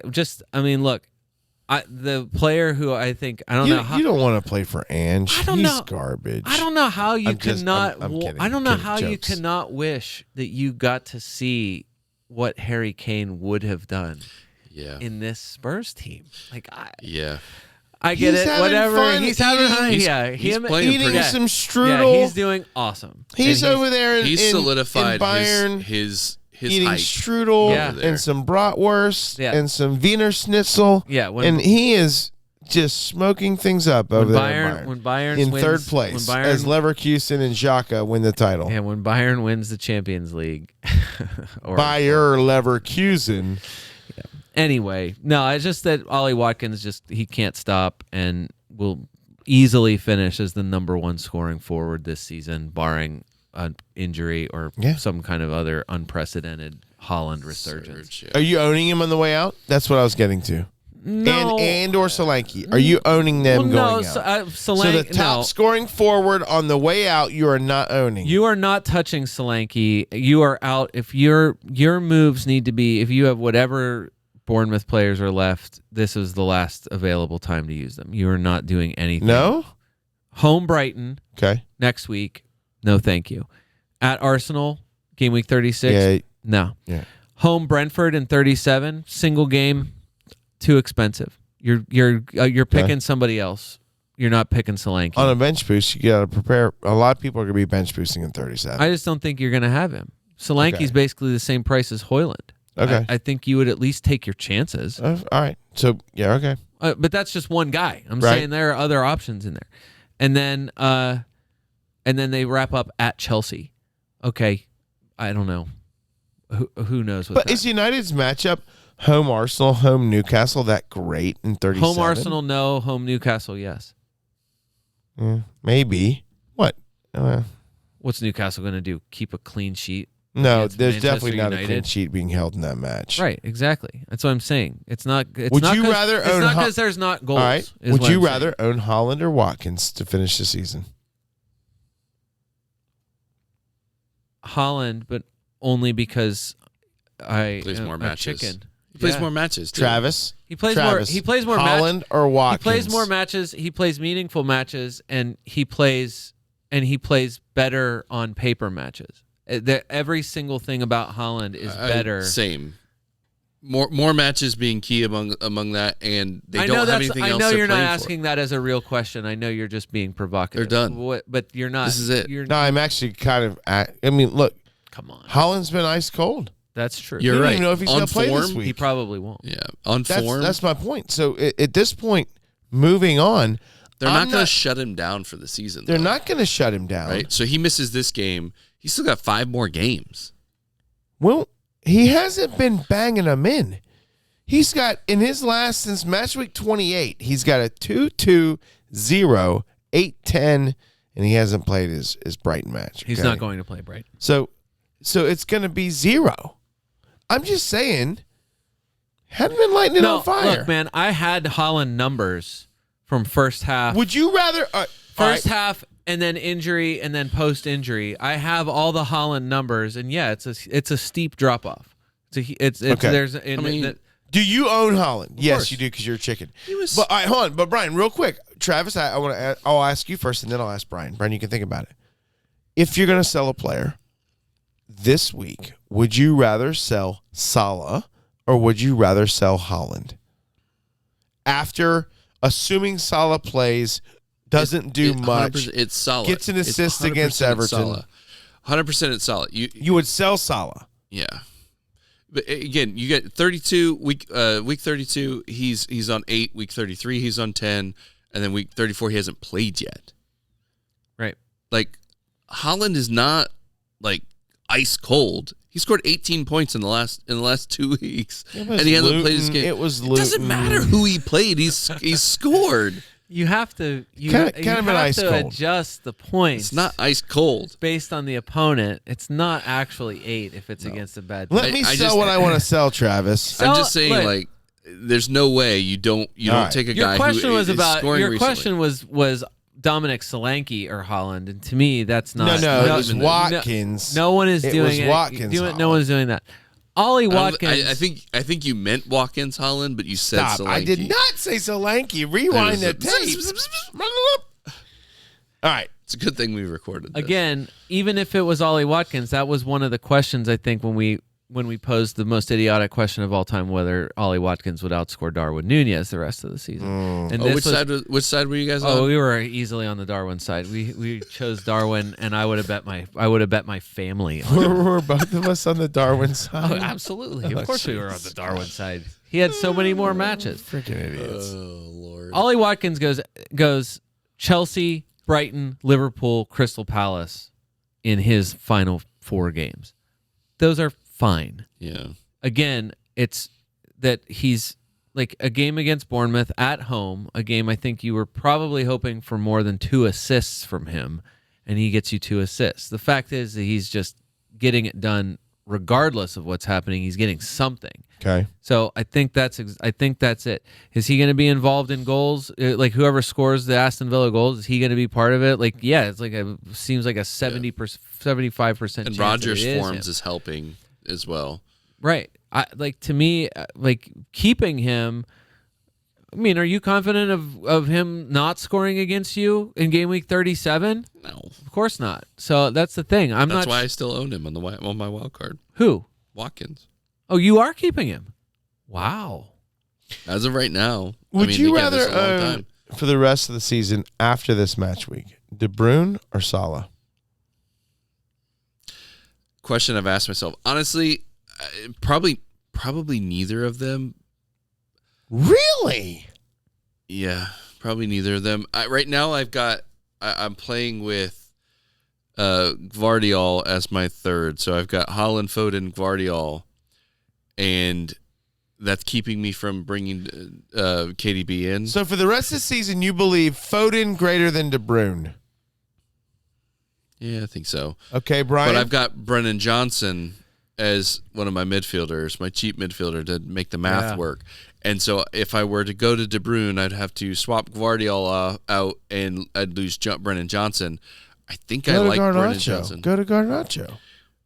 I don't. He's the best cheaper out there. I don't want Garnacho. I want someone who plays two doubles. Brennan Johnson, who's playing well. Okay. Right. So you get what I'm saying. All right. No, you're right. Because then I'm there for the bench boost as well. So you're right, Brian. Yeah. De Bruyne or Salah for the rest of the season? I don't know. That's really Damn tough. it. It's not an option. I think De Bruyne is the right answer. I think if I had to pick, it would be De Bruyne, and it would be based on the. He's got one extra match. Be thinking not only that he plays an extra match, but now that they only have to win the league, they should play everyone who's they available. should play their best team out of the FA he's Cup. Their best. Oh no, they're playing in the FA Cup final, but that's not till after the season's over. Right. They don't have. They're playing. They don't. United. Right. It's a Manchester derby. Right. At Wembley. They don't have to worry about that until way later. So, yeah, I think it would be De Bruyne. Whether I do that move immediately or not is TBD. TBD. Okay. All right. But gentlemen, also, I don't have a whole lot of other opposing. That would be the problem, is that I have Gvardiol as a third City asset, and it would have to be then shuffling him. And we could talk about how Everton has two matches, but really, I put Pickford as as much as I mocked it last week, I ended up putting Pickford in as my free hit goalkeeper. Wow. Excellent. And he already got a clean sheet. Clean sheet there, a bonus and a save point. But again, luckiest clean sheet in history, because absolutely Nottingham Forest should have been given a penalty. Three penalties. Maybe he saves one of those penalties. Whatever. Either way, lucky. Lucky that he didn't concede. Chris Wood should have scored. No idea how he didn't. But whatever, Nottingham Forest somehow did not score in that game, and crazy. And Pickford gets the clean sheet. I'll take it. I just don't know. Dwight McNeil up scoring the goal too. So that was a nice goal too. If you put Dwight McNeil on your team, I don't know what to tell you. That was a huge stones. Wow. But that's it. There's no other the rest of the way for Everton. It doesn't matter what they have or whatever. You're not doing anything else with them. All right. Are you confident of the Merseyside derby here coming up? Never. Are you sure? Never confident. So, as a neutral watching it for years, not caring really what happens in this match, I've seen the craziest matches happen in this match. Yeah, you can go either way. As bad as Everton has been offensively, this would be the game that they somehow get 3 goals. Liverpool ends up getting a third goal to tie it and ends up in a draw. That's the Everton with doesn't 6 people deserve, on the pitch at the end of the match. Yeah, who knows what this game's going to deliver. It's going to be a wild one. It has been for the last couple of years. The last thing would be, so again, remaining game weeks. So whether or not you have a wild card, I'm sure there are plenty of people who still do have a wild card. Regardless, the question for everyone is, how are you setting up as you approach, the Chelsea and Spurs doubles, and then the other teams who have a double in game week 37, presumably because most people, I think, have a bench boost remaining. Right. So we talked about Chelsea. I think the overall feeling from the podcast is you already have Cole Palmer. That's it. That's the one reliable guy. I don't think anyone sitting at this table hates the idea of Nicholas Jackson. It's just the 9 yellow cards and his general unpredictability and Chelsea unpredictability make him an unpredictable pick. Pass. You're passing on him. It's not as firm a pass as I originally I don't thought. hate it. I might still end up doing it, but I'm definitely not doing it this week, and you are not putting him on your wild card. No, I'd rather have Isak, Holland, and Watkins. Okay. And then their defense, and if it were me picking over again, I would not even put Chelsea goalkeeper. I would not even have Petrovic on my team. I would not put Gusto on my team. He's the best bench boost, though, in 37. Okay. At least from a matchup standpoint. I bet that's such a luxury move. I don't know that I'm going to have any choice. I've made that bet a while ago.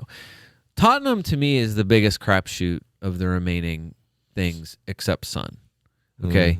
And you are saying already... It's hilarious. What? You're saying you already have Son. You have Brennan Johnson. Yep, Son, Brennan Johnson, and... Van de Ven. Van de Ven. Yeah. Okay. So we've been over the midfielders, I feel like, multiple weeks in a row. Sure. I'm not at all advocating going back and digging that out for whatever, Agree. but still, like, as good as Brennan Johnson has been, and as good as, like, Kulishevsky has some numbers here and there where when he starts, Not he's consistent. been good. Yeah, you're not going to him. James Madison, I think they did not see him in training. Hasn't been consistent. If you had back. asked like 8 weeks ago if he was going to be in it, you would have said, "Yeah, of course, he's the best midfielder in the game." And now he's like a non-option. Richarlison's the guy that, because he's now back in training, so his fitness and minutes, I feel like Richarlison could change a lot of people's plans in a hurry. And I'm saying that because he was a close to essential midfielder not that long ago. Sure. So I'm not necessarily counting on him coming back in and all of a sudden like going straight back into like red hot form, especially if he's been managing some sort of other injury now for a while. But still, if he comes in, that does mess with what Son is doing and what maybe Timo Werner. Like, you wouldn't put him in your wild card. You're not picking him as a forward, but when he's played, like, he is facilitating. He is wasteful still. He is shooting errant shots and is not doing. He's kind of doing what he did before, but he has also produced, I think, way more than anyone would have guessed he was going to. The defense, like Van de Ven, I think is fine. He's also still 4'4". Something like that. I don't know that he went over 4'5". 4'4" is what he's at now. So that's, to me, I get picking him. Udogi's out for the season, like we said. Alistair Gold, reporting for Football.London, said confirmed it as a quadriceps surgery that he had. So that was whatever. It's the end of season for him. Dave, did you know that Ben Davis has never lost a home North London derby that he started for Tottenham? That is crazy. Put him in. Get him in there. He's actually won all but one of the games that he has started for Tottenham in North London derbies. Oh, Lord. Has he been starting games for them? Guess who Alistair Gold is suggesting is the most likely replacement for Udogi on the left-hand side? Oh, no. Yeah. Ben Davis. This is it. This Seems is where you to lose the be title. the He guy. hasn't started a match since So what? match week 25. This is it, man. He's a professional. I hate stats like this. This I know. is bad. I love them. Don't you hate that? This is important. I was shocked. We need this. He was shocked when he read that Draw. stat out on his Draw. YouTube videos that he does. This is bad. The suggestion also was that it could be Van de Ven moving out to the left, that he is capable of playing there. I guess he has it. Would Davies just play in the middle then? No, they would put it would be Romero and Emerson. not Emerson. the new guy, What's his face? Dragusin. Yeah. So they would put Dragusin and Romero in the middle. Porro is back in training, so Porro, whether or not he's fully fit or whatever, but Emerson Royal, they have put Emerson Royal. Ange They knows have what played he's got Emerson in Royal. Davies. He needs Right. to not play Davies. He knows what he's got in Davis. Maybe. I mean, we'll see. But either he doesn't way, look at these stats. I think the feeling was it wouldn't be Van de Ven moving onto the left side because his recovery speed is too important. 100%. Van de Ven's a fast guy. And Yes. if he's pushing up too far on the left wing, Yes. he's not like those guys overlap. They make runs into the boxes. If he's Yep. that far forward, I don't want him having to make sprints on the left side more than he's already having to make in the middle, because that's where he's blown his hamstring a couple I times. want this him season. making sprints. Of course you do. But either way, the point is Ben Davis is one of those guys that, depending on how they see, you're this is right, Dave. disappointing. Ange knows what he's talking about. But I was disappointing. No one's bringing that guy in. Everyone was shocked to hear it that Ben Davis 0 losses when he has started a North London derby. All right, that's enough foolishness. All right, talk. I'm just telling you. Getting back to real talk here. But Romero, FPL I'm saying Romero and Van de Ven, like these are, if you want to, like, I think Porro is probably still the way people would end up going. It seems like the way the heavier hitter here. Okay. He would just make me nervous. Like his fitness has already been Gotcha. up and down. And, Exactly. and Agreed. I don't know. All right.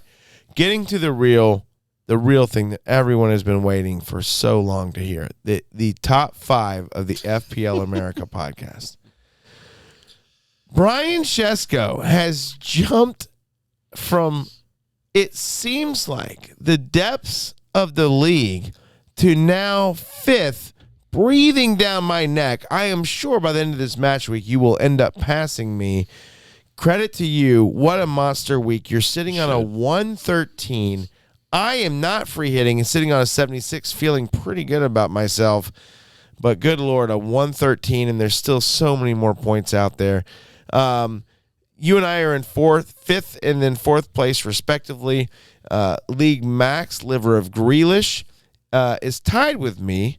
So I take that back. I'm tied for 3rd. I just realized that.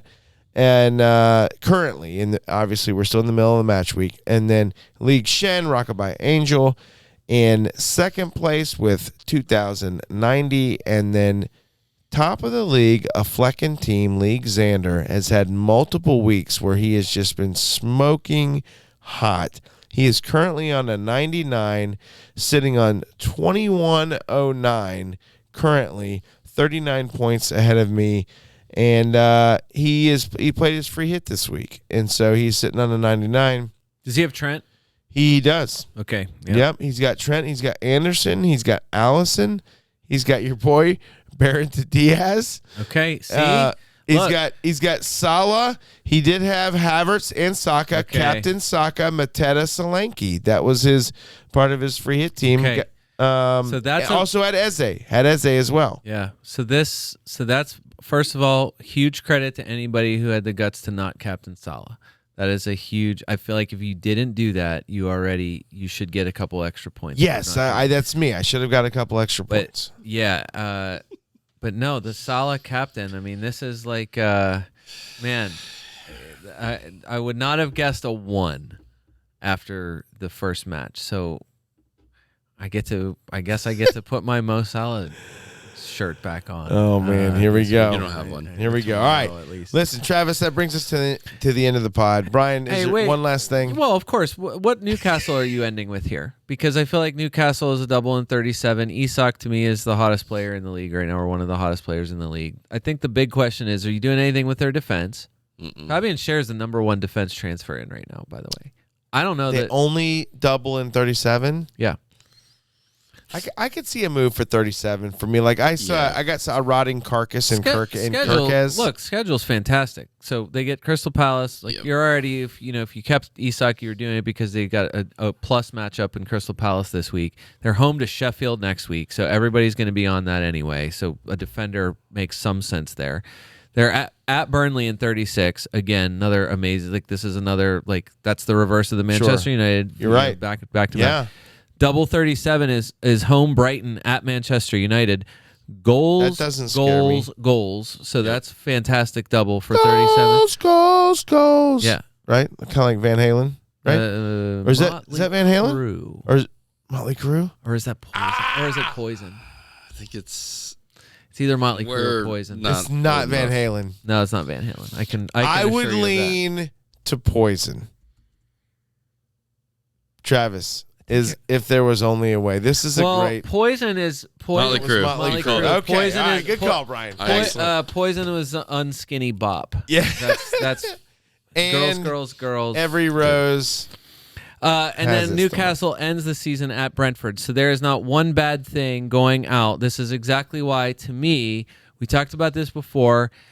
One of the most divisive picks for midfield is Anthony Gordon. That's not divisive at all. You have He's him in been your team. in my team since for I'm long saying I feel like it's kind of divisive. I'm saying That's it's not divisive. I've never owned him. That's not I'm divisive. saying it's divisive on the grounds, like we said last week. Should have owned him. What? All but two of He's only good at home games, right? and they only have two remaining home games Yep, the I'm not rest of owning the him. season. Not owning him. I think what makes it difficult is once you start going through the list of like, all right, well, I'm gonna have Son in there. Right. I think. Well, Most maybe people are I gonna do don't, that. but maybe sure. You're gonna have a City. Probably you're gonna have Foden. De Bruyne or Could have Foden. Foden and De Bruyne. Could, That's not maybe. crazy. What? So then, is it a Manchester United midfielder? Is it Bruno Fernandes? Bruno's been red hot. Right. You putting him in there? Lots of people don't trust Why are you Manchester shaking your United. head? That's exactly it. This is exactly the feeling. I'd rather have Bruno than friggin' Anthony Gordon. a head shake with a Easily bet the rest of the season Bruno over Gordon. Fantasy points. A head shake and a grimace is the feelings that everyone has when you say Manchester United. And that's Manchester United playing Arsenal. Right. I will still bet. I honestly think Gordon. Gordon. Write It's it gotta be down. Gordon. Put it on the board. Got to be Yeah. Gordon. Put it on the board. I'll take Bruno rest of the season right now over Bruno Fernandes. Anthony Gordon. No, there's no way. What a hilarious turn of events for Dave Smith to be arguing I hate Bruno. in favor of Bruno Fernandes. I hate Anthony. him. I for hate Anthony anything. Gordon. So what I'm saying is it's surprising to me that it's a divisive choice Right. to have Anthony Gordon as part of a wild card or as somebody that's fitting in your midfield when you look at that schedule and you're like, they should score, I don't know, 4 goals a game every game the rest of the way. Yeah. So, and Anthony Gordon is going to, who knows what Harvey Barnes, what part he plays in this, but Can't count on it. attacking wise, that's All where right, it's going to fair go. enough. Callum Wilson is back in training for Newcastle, so I don't know how much that is actually going to impact Isak's minutes. I doubt it. To me, Isak is playing too perfectly right now yeah. for it to matter. I don't think they're playing for anything though, so they may put Callum Wilson out there as like a show As to pony not to try and as sell. to not ruin Isak to keep his value up. They will to, not. to show Wilson off so they can sell him. I'm just saying they will not. To me, if they're not, yeah, exactly, they're not playing for anything. I don't know why they wouldn't hesitate to shuffle some things. That will really mess up some people's plans. And then Dave, yeah, Manchester United. That's the other big one. And Højlund is, he had that amazing hot streak. He's cooled so far off. It has now seemed to fallen entirely on Bruno Fernandes's feet to carry them into whatever they're doing now. You are not getting, like, to me, I still, I don't know what it would take for me. Højlund would have to score a goal. Yeah.